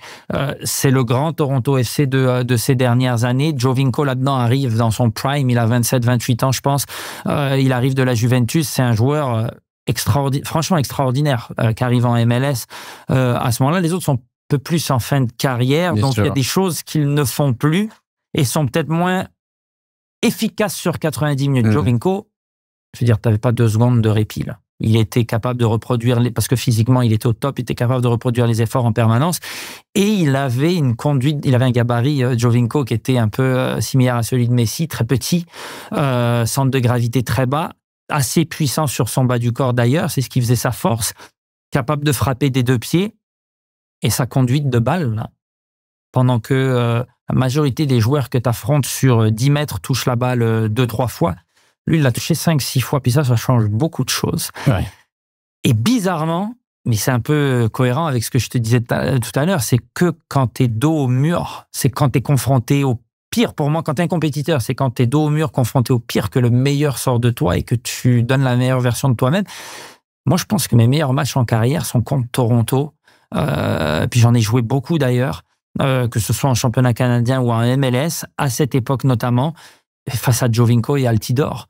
Et parce que face à ces deux profils-là, mais surtout Giovinco, tu étais condamné à être parfait. Si tu faisais une erreur, dans son cas à lui, quand il t'attaquait balle au pied, d'être trop ambitieux dans « j'arrête ma course maintenant pour essayer d'intervenir », mais que c'est pas le bon moment, et c'est fini, tu le revois plus. Il va faire son crochet parce qu'il est trop en maîtrise du ballon.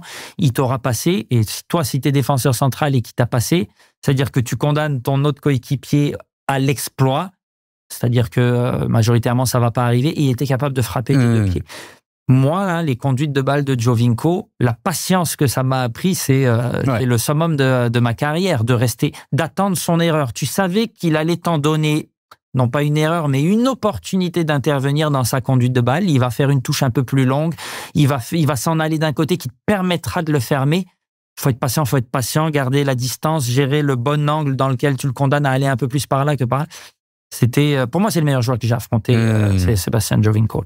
Et je t'écoutais, tu disais dans d'autres entretiens que quand c'était des joueurs qui étaient de ton gabarit, qui avaient sensiblement la même force physique, et que c'était QI foot contre QI foot, tu t'en sortais bien. Ouais. Mais quand les joueurs, on arrivait puis on avait un 6 pieds 4, 6 pieds 5 devant nous, très large, excessivement rapide, qui a une force musculaire, une force physique que tu n'as pas malheureusement, c'est là que ça devenait un petit peu plus compliqué, je pense. Jozy Altidore. Jozy Altidore est l'exemple parfait de ça. Et lui, j'ai beaucoup retenu Giovinco, mais lui aussi m'a beaucoup marqué. Le duo qu'il formait était incroyable. Jozy Altidore, c'était un peu comme Drogba aux entraînements. Oh. Drogba a 10 coches au-dessus sur un certain nombre de choses, mais là encore, Jozy Altidore, que j'ai affronté, avait... je ne sais pas avait 27, 28 ans. Le Didier Drogba que j'ai affronté en avait déjà 36, 37. Donc, c'est me dire, le Didier Drogba que j'ai affronté, j'ose même pas l'imaginer 10 ans plus tôt, quoi. Ça devait être injouable. Mais ces profils-là, physiquement, étaient trop forts pour moi. Et trop fort de toute manière pour la majorité. Drogba était trop fort pour la première ligue de toute façon. Était trop fort pour la première ligue, mais l'impact physique que ces mecs-là étaient capables de t'imposer, ça faisait mal. Tu sais, tu étais capable de grimacer suite à un duel. Tu vois, alors que d'autres fois, tu te relèves, c'est tout, tu passes à autre chose. Ça laissait des traces. Didier, aux entraînements, je me souviens, tu vois, c'est quelque chose qui m'a marqué. L'un de ses premiers entraînements, parce que moi, j'avais un style de jeu super agressif dans l'anticipation. On parlait de QI foot, capable de lire où est-ce que la prochaine passe va arriver. Puis souvent, j'essayais de passer devant mon attaquant, puis dans le meilleur des cas, intercepter la balle, dans le pire des cas, simplement tacler ou tendre mon pied pour pour l'empêcher d'avoir la balle et le remettre à un de mes coéquipiers. L'un des premiers entraînements face à Didier, j'ai essayé de faire ça. Au moment où je m'apprêtais à passer devant lui, parce qu'il prenait à la fois l'information régulièrement, à la fois parce qu'il était intelligent et qu'il avait un physique hors du commun. Il a pris l'info, il a vu que je m'apprêtais à passer devant, le ballon était en mouvement sans aller vers lui. Il a simplement tendu son pied, il a sorti sa hanche en fait. Mais j'ai frappé un mur, quoi. Ça m'a coupé le souffle. J'ai dit, OK, j'ai compris.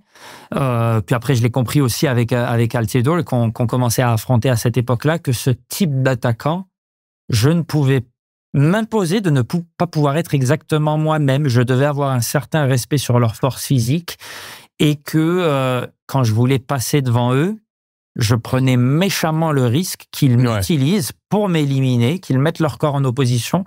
Je passe devant, je rebondis, je tombe et eux se retournent. Et on parlait de QI foot et jouer les probabilités. J'ai amené cette compréhension du foot face à ce type d'adversaire à ce moment-là, que les probabilités que je passe devant ce profil d'attaquant étaient faibles. Je devais accepter que le ballon, il le jouerait et que le meilleur des scénarios que je pouvais faire, c'est les forcer à jouer derrière. Mon gain était ça. Si je force un Didier Drogba à l'entraînement ou un Jozy Altidore à jouer derrière, à jouer négatif, je fais mon job. Tu as parlé de Drogba. Est-ce que tu as d'autres anecdotes pour nous? Parce que ça a dû quand même changer un peu ta vision de foot de jouer avec Drogba. Parce que rappelons-le aux gens qui nous écoutent aujourd'hui, même si Drogba est venu plus vieux, quand il arrive, il marque 11 buts en 11 matchs. Là. Ouais. Il vient avec du sérieux, de la rigueur. Il est décisif dans les matchs. Je me rappelle de certaines parties, littéralement, qu'il les gagne des fois lui tout seul. Ça devait être quelque chose quand même dans les entraînements. C'était quelque chose dans les entraînements. Moi, j'ai eu la chance aussi de connecter avec l'homme à un niveau privilégié aussi. On est devenu très rapidement, savoir aussi que Didier arrive et choisit Montréal, alors que Chicago a ses droits, les discovery rights qu'on appelle en MLS. Chicago, écoute, tu me demandes moi de hiérarchiser les villes en Amérique du Nord. Chicago, je te le mets au top du top des endroits où vivre. Lui, malgré ça, dit non, Chicago, qu'est-ce que je vais aller faire là-bas? Non. Moi, je veux venir dans un environnement francophone, à Montréal. Je sens que mon impact footballistique plus l'environnement de voilà, ça coche toutes les cases. Je veux venir à Montréal. Donc, c'est son choix. Et il force une transaction entre les deux clubs parce que lui, il dit, si je viens en MLS, c'est Montréal et c'est tout. Donc ça, c'est quelque chose. Et ça se traduit par quoi? Ça se traduit par, à son arrivée, lui, c'est un bon vivant, Didier, être capable de bien vivre, c'est être capable de bien s'entendre avec le vestiaire et avoir des relations privilégiées. Je suis francophone, il a grandi en France. En plus d'être francophone, je veux dire, il a grandi en France et moi, je suis français aussi. On a une proximité intellectuelle et amicale super rapidement, en fait. Lui, Ambroise Oyongo, Hassoun Camara, et même Jackson à ce moment-là, un petit peu moins, mais un petit peu plus Didier, ces 4-5 là, on est beaucoup ensemble, sur le terrain, en dehors du terrain. Puis à l'époque, on est dans notre vie hors du terrain, on va souvent passer du temps ensemble. Je vais souvent manger chez Didier avec Hassoun, on se fait à manger tous ensemble.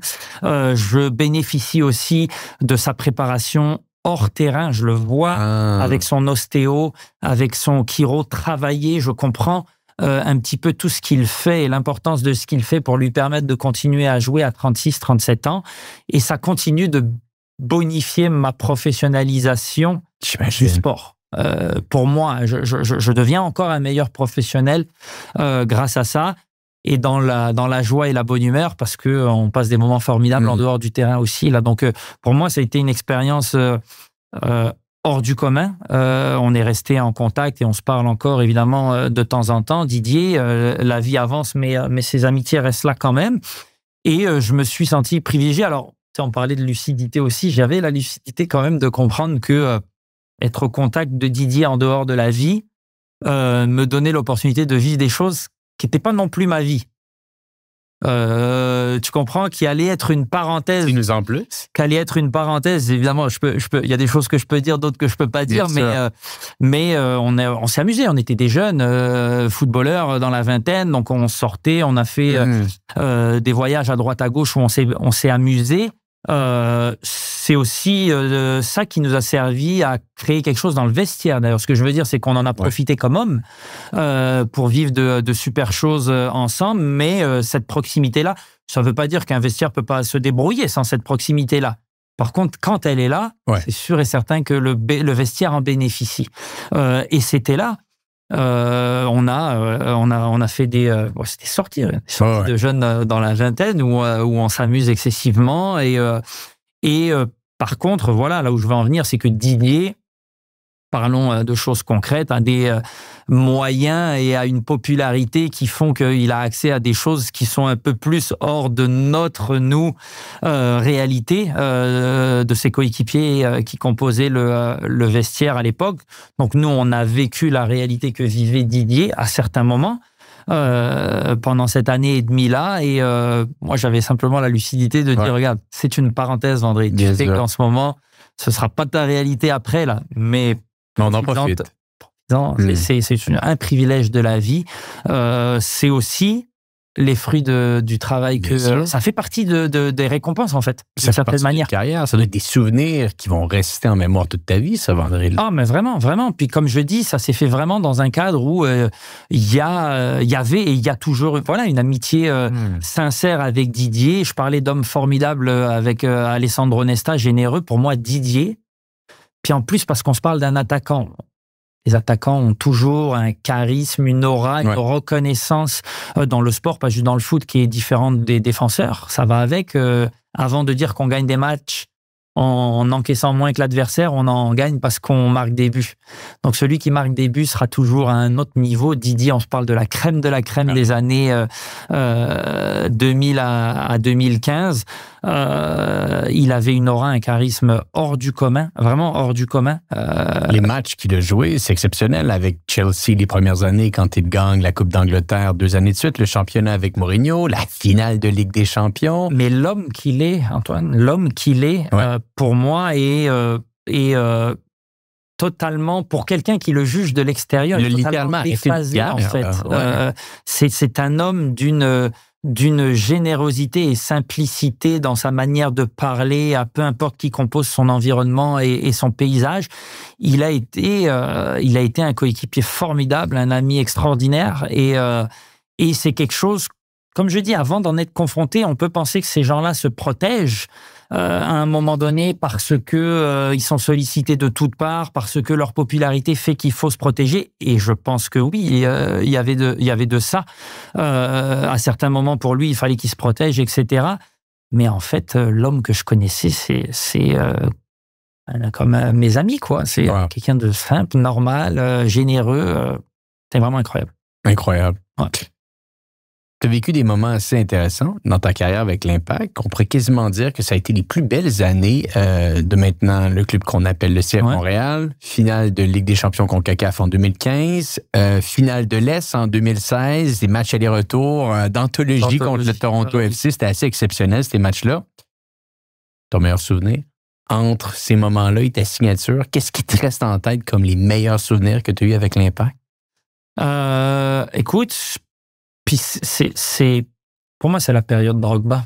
Pour moi, c'est la période Drogba parce que la période Drogba correspond à un moment où, moi, individuellement, je performe au meilleur niveau de ma carrière. Donc, pour situer les gens juste après la finale de Ligue des champions CONCACAF l'année suivante. Ouais. Mais regarde, quand je dis la période Drogba, t'as raison qu'on fait finale de Ligue des champions sans lui. C'est une parenthèse de 2-3 mois, une épopée formidable.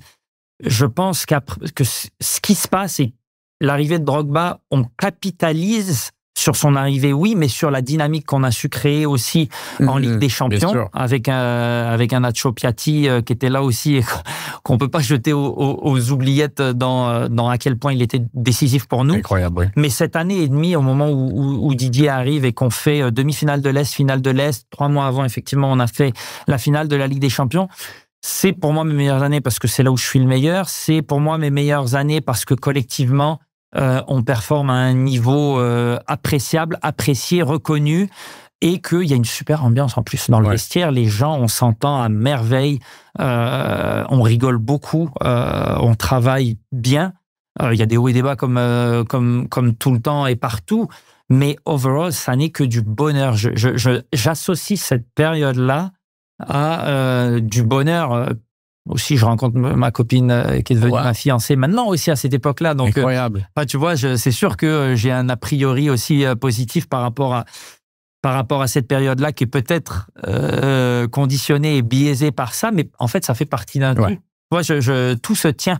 C'est le meilleur moment pour moi de mon histoire professionnelle. C'est deuxième moitié 2015 jusqu'à 2016, début 2017. Et bon, cette parenthèse-là, parce qu'il faut le dire, les carrières de footballeurs, ce ne sont pas nécessairement des longues carrières. On peut penser que tous les joueurs vont avoir des carrières de 10, 15, 20 ans, mais ce n'est pas le cas, loin de là. Cette parenthèse, cette carrière se termine en 2017. Tu ne continues pas avec l'Impact à ce moment-là. J'ai cru comprendre que tu reçois des offres de certains clubs et tu as dit dans un entretien à un certain moment donné, peut-être je paraphrase un peu, mais c'était un peu Montréal ou rien. C'est-à-dire que tu voulais jouer professionnel, mais tu as été très lucide pendant toute ta carrière. On peut l'entendre dans l'entretien aujourd'hui. Tu es pragmatique, cartésien. Le foot, c'était bien, mais il y avait autre chose après. Là. Regarde, exact. Chasse le naturel, il revient au galop. J'ai adoré ma carrière professionnelle, Mais je réalise que je l'ai beaucoup adorée aussi parce qu'elle se passait à Montréal. Effectivement, dans ma ville, parce qu'au moment où je passe professionnel, ça fait déjà 7-8 ans que je suis à Montréal, à des années importantes de la vie d'un jeune homme, l'adolescence et le passage à l'âge adulte, tu construis ton monde, tu t'affirmes ta personnalité, tu t'orientes professionnellement, et pour moi, Montréal, c'est ma ville, quoi. Ouais. Déjà, à cette époque-là, je me définis encore, même si je suis devenu Canadien dans l'intervalle, je me définis beaucoup comme un j'ai les deux citoyennetés. Je me sens aussi Canadien. Je veux vraiment pas que ce soit mal interprété. Mais je me sens très français. Je suis très français. Je veux dire, il n'y a pas une journée où on me ramène pas mon accent. Je veux dire, les gens entendent que j'ai un accent qui est plus français que québécois. J'ai une manière d'aborder les choses dans la vie, de les disséquer, de les analyser, qui est très française, qui est très un héritage, de l'éducation à la française. Ça, c'est qui je suis.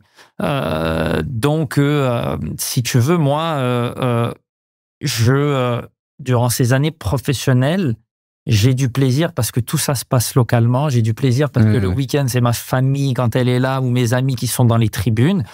Moi, l'idée de me délocaliser pour aller continuer de jouer au foot, non, c'est pas intéressant. C'est vraiment, tu vois, c'est à aucun moment donné, à aucun moment ça m'effleure l'esprit. Si je dois me délocaliser, ben c'est que ça rimera avec la fin de ma carrière et je passerai à faire autre chose.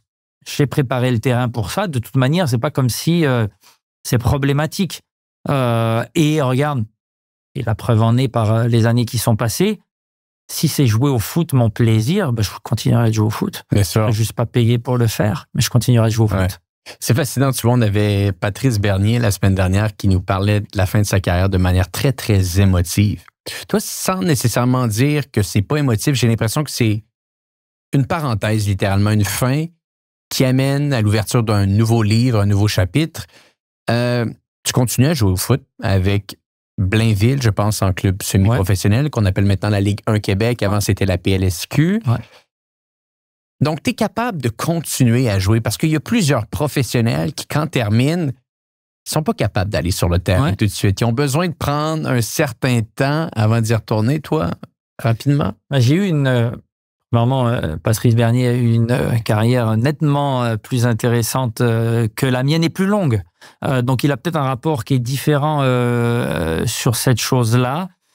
Et moi, non, voilà, un peu en phase avec mon pragmatisme, le fait que c'était un objectif et pas un rêve, le fait que c'était professionnel à Montréal, oui, mais ailleurs, probablement pas. Et il y a aussi autre chose qui rentre en ligne de compte, c'est que parler des hauts et des bas, il y a eu des formidables années à l'Impact de Montréal, mais comme dans tout travail et pour toute personne, il y a des hauts et des bas. On a des jours moins sympathiques que d'autres. Moi, il y a quelque chose et j'avais cette lucidité durant ma carrière que j'ai compris. C'est que le monde professionnel, dès lors que tu fais rentrer de l'argent et des intérêts associés à ça, le monde professionnel vient un petit peu dénaturer l'objet passion qui, pour 99%, pour ne pas dire probablement 100% des joueurs qui sont professionnels, est ce qui les a d'abord orientés à vouloir pratiquer ce sport. Un côté passionnel, soit parce qu'ils aiment le sport, soit parce qu'il y a des idoles qui composent un paysage culturel. Peu importe la raison, à la base, c'est parce qu'on est passionné qu'on fait ce sport-là. Quand tu passes au professionnalisme, moi j'ai trouvé, en tout cas c'est mon expérience, que beaucoup de cet aspect-là se perdait. Se perdait dans le quotidien, se perdait dans l'approche, se perdait dans les choses et d'une certaine manière, t'es peut-être payé pour que ça passe bien. Je fais exprès de le dire bien comme sûr, ça, mais d'une certaine manière, une partie de ta rémunération est faite pour que tu oublies ça et te concentres sur la notion de performance exclusivement. Mais j'ai remarqué que c'était difficile de concilier les deux.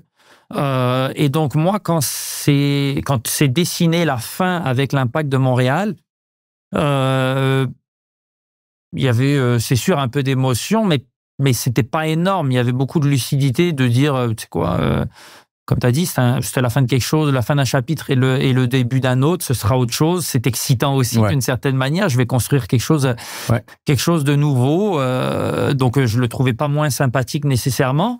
Et je voyais aussi la chose sympathique de dire, tu sais quoi, ça va me permettre de revenir à jouer au foot, finalement, avec la légèreté de la passion, avec le fait de ne pas voir mon coéquipier de droite ou de gauche comme un adversaire de contrat ou comme un mec qui va disparaître dans 6 mois parce qu'il va peut-être être échangé. Non, au final, je vais revenir à jouer avec des amis, des gens qui, parce qu'ils sont québécois, d'ici, je vais les voir tous les week-ends et peut-être jusqu'à la fin de ma vie. Et en fait, c'était une manière pour moi de retoucher au monde amateur que j'avais quitté depuis presque 9 ans à ce moment-là, et en retouchant au monde amateur, retrouver la passion et retrouver les individus qui continuent à jouer. Moi, je l'ai vu, ce côté-là, tu vois, l'émotion était en fait beaucoup plus là-dessus. Elle était beaucoup plus peut-être positive à l'idée de retrouver ça. Puis regarde, j'ai 35, j'ai dans l'année de mes 36, je continue de jouer parce que, et chaque année, en plus, les gens qui me connaissent, chaque année depuis 3-4 ans, je dis, c'est probablement ma dernière parce que je travaille beaucoup maintenant dans ce que je fais, j'ai plusieurs projets, etc. Ça va s'imposer à moi et une incompatibilité de fait se dessinera. Et de manière raisonnable, elle est là. Peut-être cette incompatibilité, mais je la repousse et je trouve des moyens d'eux, un peu comme j'allais pas au cours et je me débrouillais. Là, je me débrouille, j'impacte sur peut-être du temps de ma copine, mais elle est très conciliante là-dessus, ou j'en sais rien, tu vois. Mais non, je trouve des moyens, je le concilie. Je suis trop passionné encore, j'aime trop ça. Mais tu mentionnais au début de l'entretien, le plaisir, c'était une des choses les plus importantes pour toi avec le foot. J'imagine que c'est une des raisons pourquoi tu continues. Tu as encore le plaisir, la passion. Et parlant de foot, il y a une opportunité également qui, après ta carrière, se présente à toi, celle d'analyser certains matchs de foot. D'ailleurs, je tiens à te le dire, tu fais le tout excessivement bien. Félicitations. C'est gentil, ça. Et comment ça s'est présenté à toi? D'ailleurs, c'est Olivier. C'est avec Olivier que vous faites ces différentes analyses, Olivier Brett. Comment tout ça s'est mis en place? Moi, je suis devenu joueur professionnel. Je ne sais plus qui, et puis d'une certaine manière, c'est un qui au pluriel, parce que c'est arrivé plusieurs fois.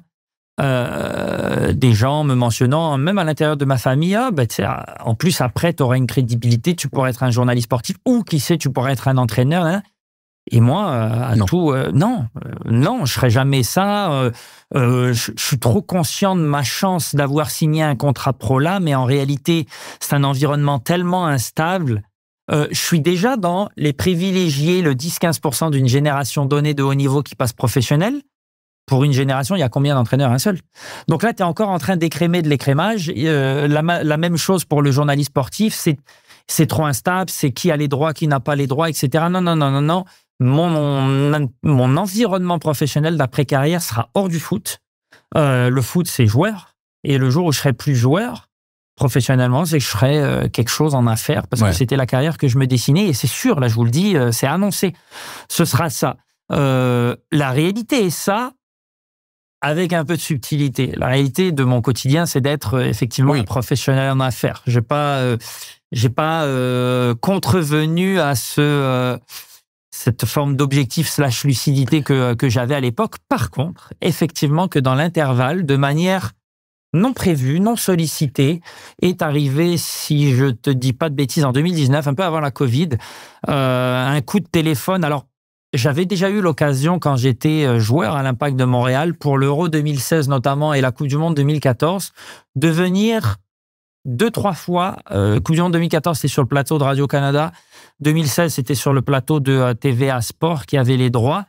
De venir faire de l'analyse avant-match, mi-temps, après-match, de match.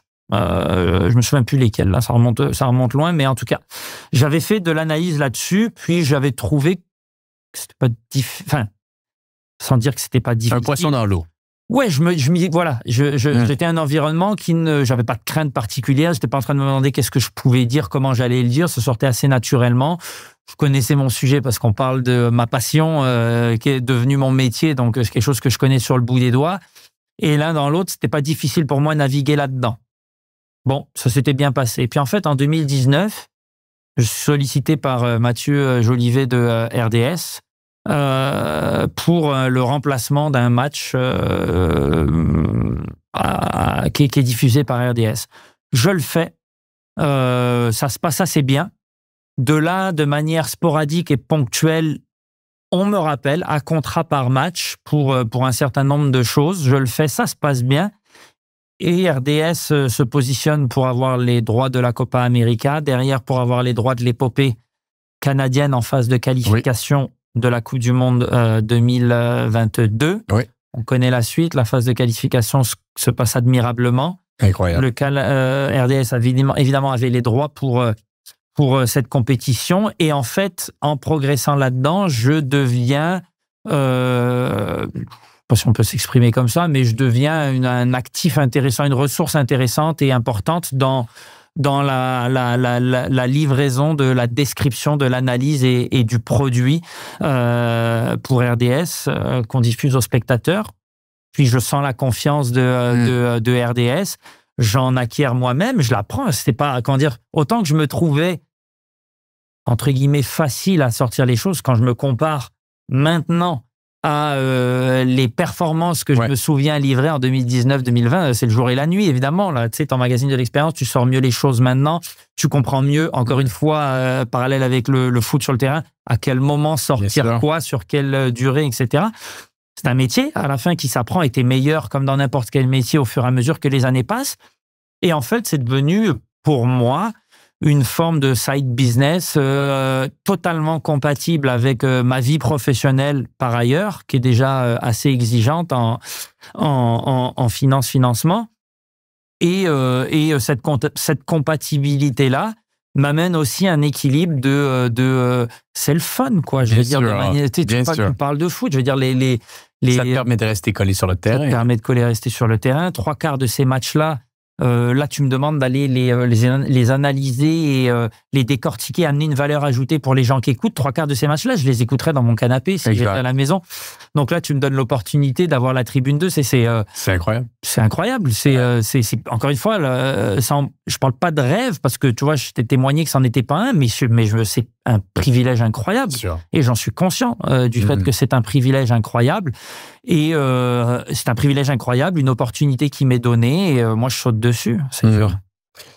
Vandril, c'est excessivement fascinant de discuter avec toi. Je pense qu'on pourrait parler de foot pendant très longtemps. Ça se sent que c'est une passion chez toi. Mais bon, j'aimerais t'entendre, parce qu'on va arriver à la fin de ce podcast, sur les conseils que tu pourrais donner aux gens qui nous écoutent aujourd'hui. Le podcast Histoire de foot a pour objectif de retracer des carrières exceptionnelles, mais également peut-être d'inspirer les prochaines carrières exceptionnelles des gens qui pourront écouter ce balado. Tu aurais 3 conseils à donner à un jeune aujourd'hui qui veut devenir professionnel, qui veut avoir une carrière similaire à celle de Vandril Lefebvre. Par où on commence? Je vais commencer par quelque chose qui est relatif à la performance. J'ai toujours approché ce foot avec 2 composantes. Ce sera l'une des prochaines choses, ce sera la passion, mais avec la volonté de donner toujours la meilleure version de moi-même. Comme je le mentionnais, aujourd'hui d'être meilleur qu'hier, demain qu'aujourd'hui, et ainsi de suite. Très tôt, quand même, cette mentalité, je l'ai poussée à un autre niveau au fur et à mesure que j'ai progressé jusqu'à temps de devenir professionnel. Mais moi, je résumerais ça à ça. Chaque détail compte quand on veut jouer au haut niveau. Donc, ne négligeons rien. Ne négligeons pas le sommeil, ne négligeons pas la nourriture, ne négligeons pas les préparations physiques d'avant-saison, ne néglige pas ta motivation en venant à l'entraînement d'aujourd'hui pour être bon le samedi, parce que finalement, la chose que le haut niveau m'a appris, c'est que c'est ce que tu fais au quotidien qui t'amène la discipline et le conditionnement à la performance. Ça n'est pas vrai que tu es capable simplement parce que tu turnerais une switch, comme on parle en anglais, de jour de match, que tu es capable de livrer. Ça fonctionne pas. Non. Je vais pas dire qu'on joue, on a souvent dit on joue comme on s'entraîne. C'est vrai et c'est pas vrai. Je pense qu'il y a quand même quelque chose, les jours de match, qui est de plus. Sauf que c'est pas vrai que tu créeras ce 2+là à partir d'un socle qui est pas un socle qui te prépare à la performance. Donc moi, au quotidien, très vite, j'ai appris et compris que fallait que je sois exigeant, que chaque action offensive quand j'étais un joueur offensif, défensif par la suite, en fait, chaque action est importante. Puis rater quelque chose, c'est important. Est-ce que c'est grave? C'est autre chose. Non, c'est pas grave. C'est du foot, c'est du jeu. Puis même si tu perds le match, c'est pas grave, il y en aura d'autres. Mais c'est important. Bien sûr. C'est pas vrai. Moi, je crois pas aux gens qui disent que c'est pas important. Non, c'est important. Sois exigeant envers toi-même. La première des choses, les détails comptent. Et la deuxième des choses, c'est d'y associer quand même le plaisir. Moi, j'ai expérimenté au travers de ma carrière professionnelle que tranquillement, j'ai aussi laissé glisser une partie du plaisir au profit de mon professionnalisme. Et si j'avais à refaire des choses, je m'assurerais d'être sans concession par rapport à ce plaisir. Et c'est totalement compatible. Moi, j'ai pas trouvé le moyen d'y être complètement compatible. Ça ne veut pas dire que j'avais une incompatibilité marquée, mais j'ai pas trouvé le moyen de maximiser la compatibilité qu'il y a entre garder la passion intacte et le plaisir de nos premiers amours et pourquoi on s'est intéressé à ce sport avec les exigences du haut niveau et la condition à être performant. Et pourquoi je dis ça, c'est que quand tu oublies la passion, quand tu es trop orienté sur la performance et que tu n'arrives pas à faire cohabiter les deux, tu n'arrives pas complètement à être toi-même. Et pour être bon, faut continuer d'être soi-même. Être soi-même, c'est jouer libéré, c'est jouer avec l'idée que c'est un sport dans lequel tout n'est pas écrit. Les choses sont à écrire, on fait pas. Puis c'est pas une insulte au football américain, mais le football américain, tu lances le ballon une fois, ça s'arrête. Et puis on se repositionne. C'est un jeu qui est arrêté et séquencé. Notre foot, il y a un coup de sifflet au bout de 90 minutes, puis il y a des choses qui se passent, puis tu t'adaptes en fonction de ces choses-là, puis tu subis de la pression, puis à l'intérieur de ce match, pendant 10 minutes, tu vas être bien, les 10 minutes d'après, tu vas être moins bien. Ouais. Il faut être capable de toujours, dans les bons comme les moins bons moments d'un match, d'être toi-même.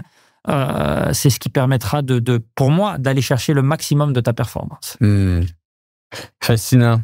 Vandril Lefebvre, merci énormément d'avoir été sur le podcast Histoire de foot aujourd'hui. J'espère que ta carrière pourra en inspirer plusieurs qui écouteront ce podcast. Et j'espère également que tu vas continuer ton excellent travail à RDS parce que c'est toujours une joie de te regarder avec Olivier. Vous faites un duo exceptionnel. On dirait, et je terminerai peut-être là-dessus, qu'il y a un changement un petit peu dans les médias qui s'est mis en place. C'est-à-dire qu'avant, on pouvait avoir un animateur qui, sans nécessairement connaître le sport, on connaissait un peu, mais était davantage là pour modérer les conversations. On dirait que maintenant, que ce soit pour le foot et le foot américain et même d'autres sports, on intègre des experts et ils se modèrent un petit peu ensemble. C'est ça, on dirait qu'ils s'installent. Écoute, il le sait parce que je le lui ai dit. Moi, je suis choyé. Je suis choyé d'avoir la position que j'ai, mais choyé de l'exercer à côté d'un Olivier Brett parce que tu mets le doigt dessus. Non seulement il est excellent à l'animation et la gestion d'une télédiffusion et tout ce que ça implique, mais il a rien à m'envier à ce qu'il connaît son foot. Il connaît son foot sur le bout des doigts lui aussi. C'est quelqu'un d'excessivement passionné et il est tellement bon. On me le dit souvent de moi, donc je vais pas faire le faux modeste à verbaliser les choses, mais il est tellement bon lui aussi à verbaliser les choses. On se connaît depuis de nombreuses années et cette facilité dans je connais sa personnalité, il connaît la mienne. Il sait, en fait, il a appris super facilement, parce que c'est son rôle au final aussi, de savoir quand me lancer, quand me laisser la place. Moi, je prends ce qu'on me donne. Puis il est tellement bon et généreux dans la place qu'il me donne. Et effectivement, je pense, en tout cas, les commentaires que j'ai vont dans le sens dans lequel tu abondes, qu'on forme un duo performant de qualité. Et nous, en tout cas, on a énormément de plaisir à le faire ensemble. Bref, en tout cas, félicitations pour tout ça. Vandril, merci beaucoup. Et pour les gens qui nous écoutent, on se dit à bientôt pour un prochain épisode du podcast Histoire de foot. Merci à toi.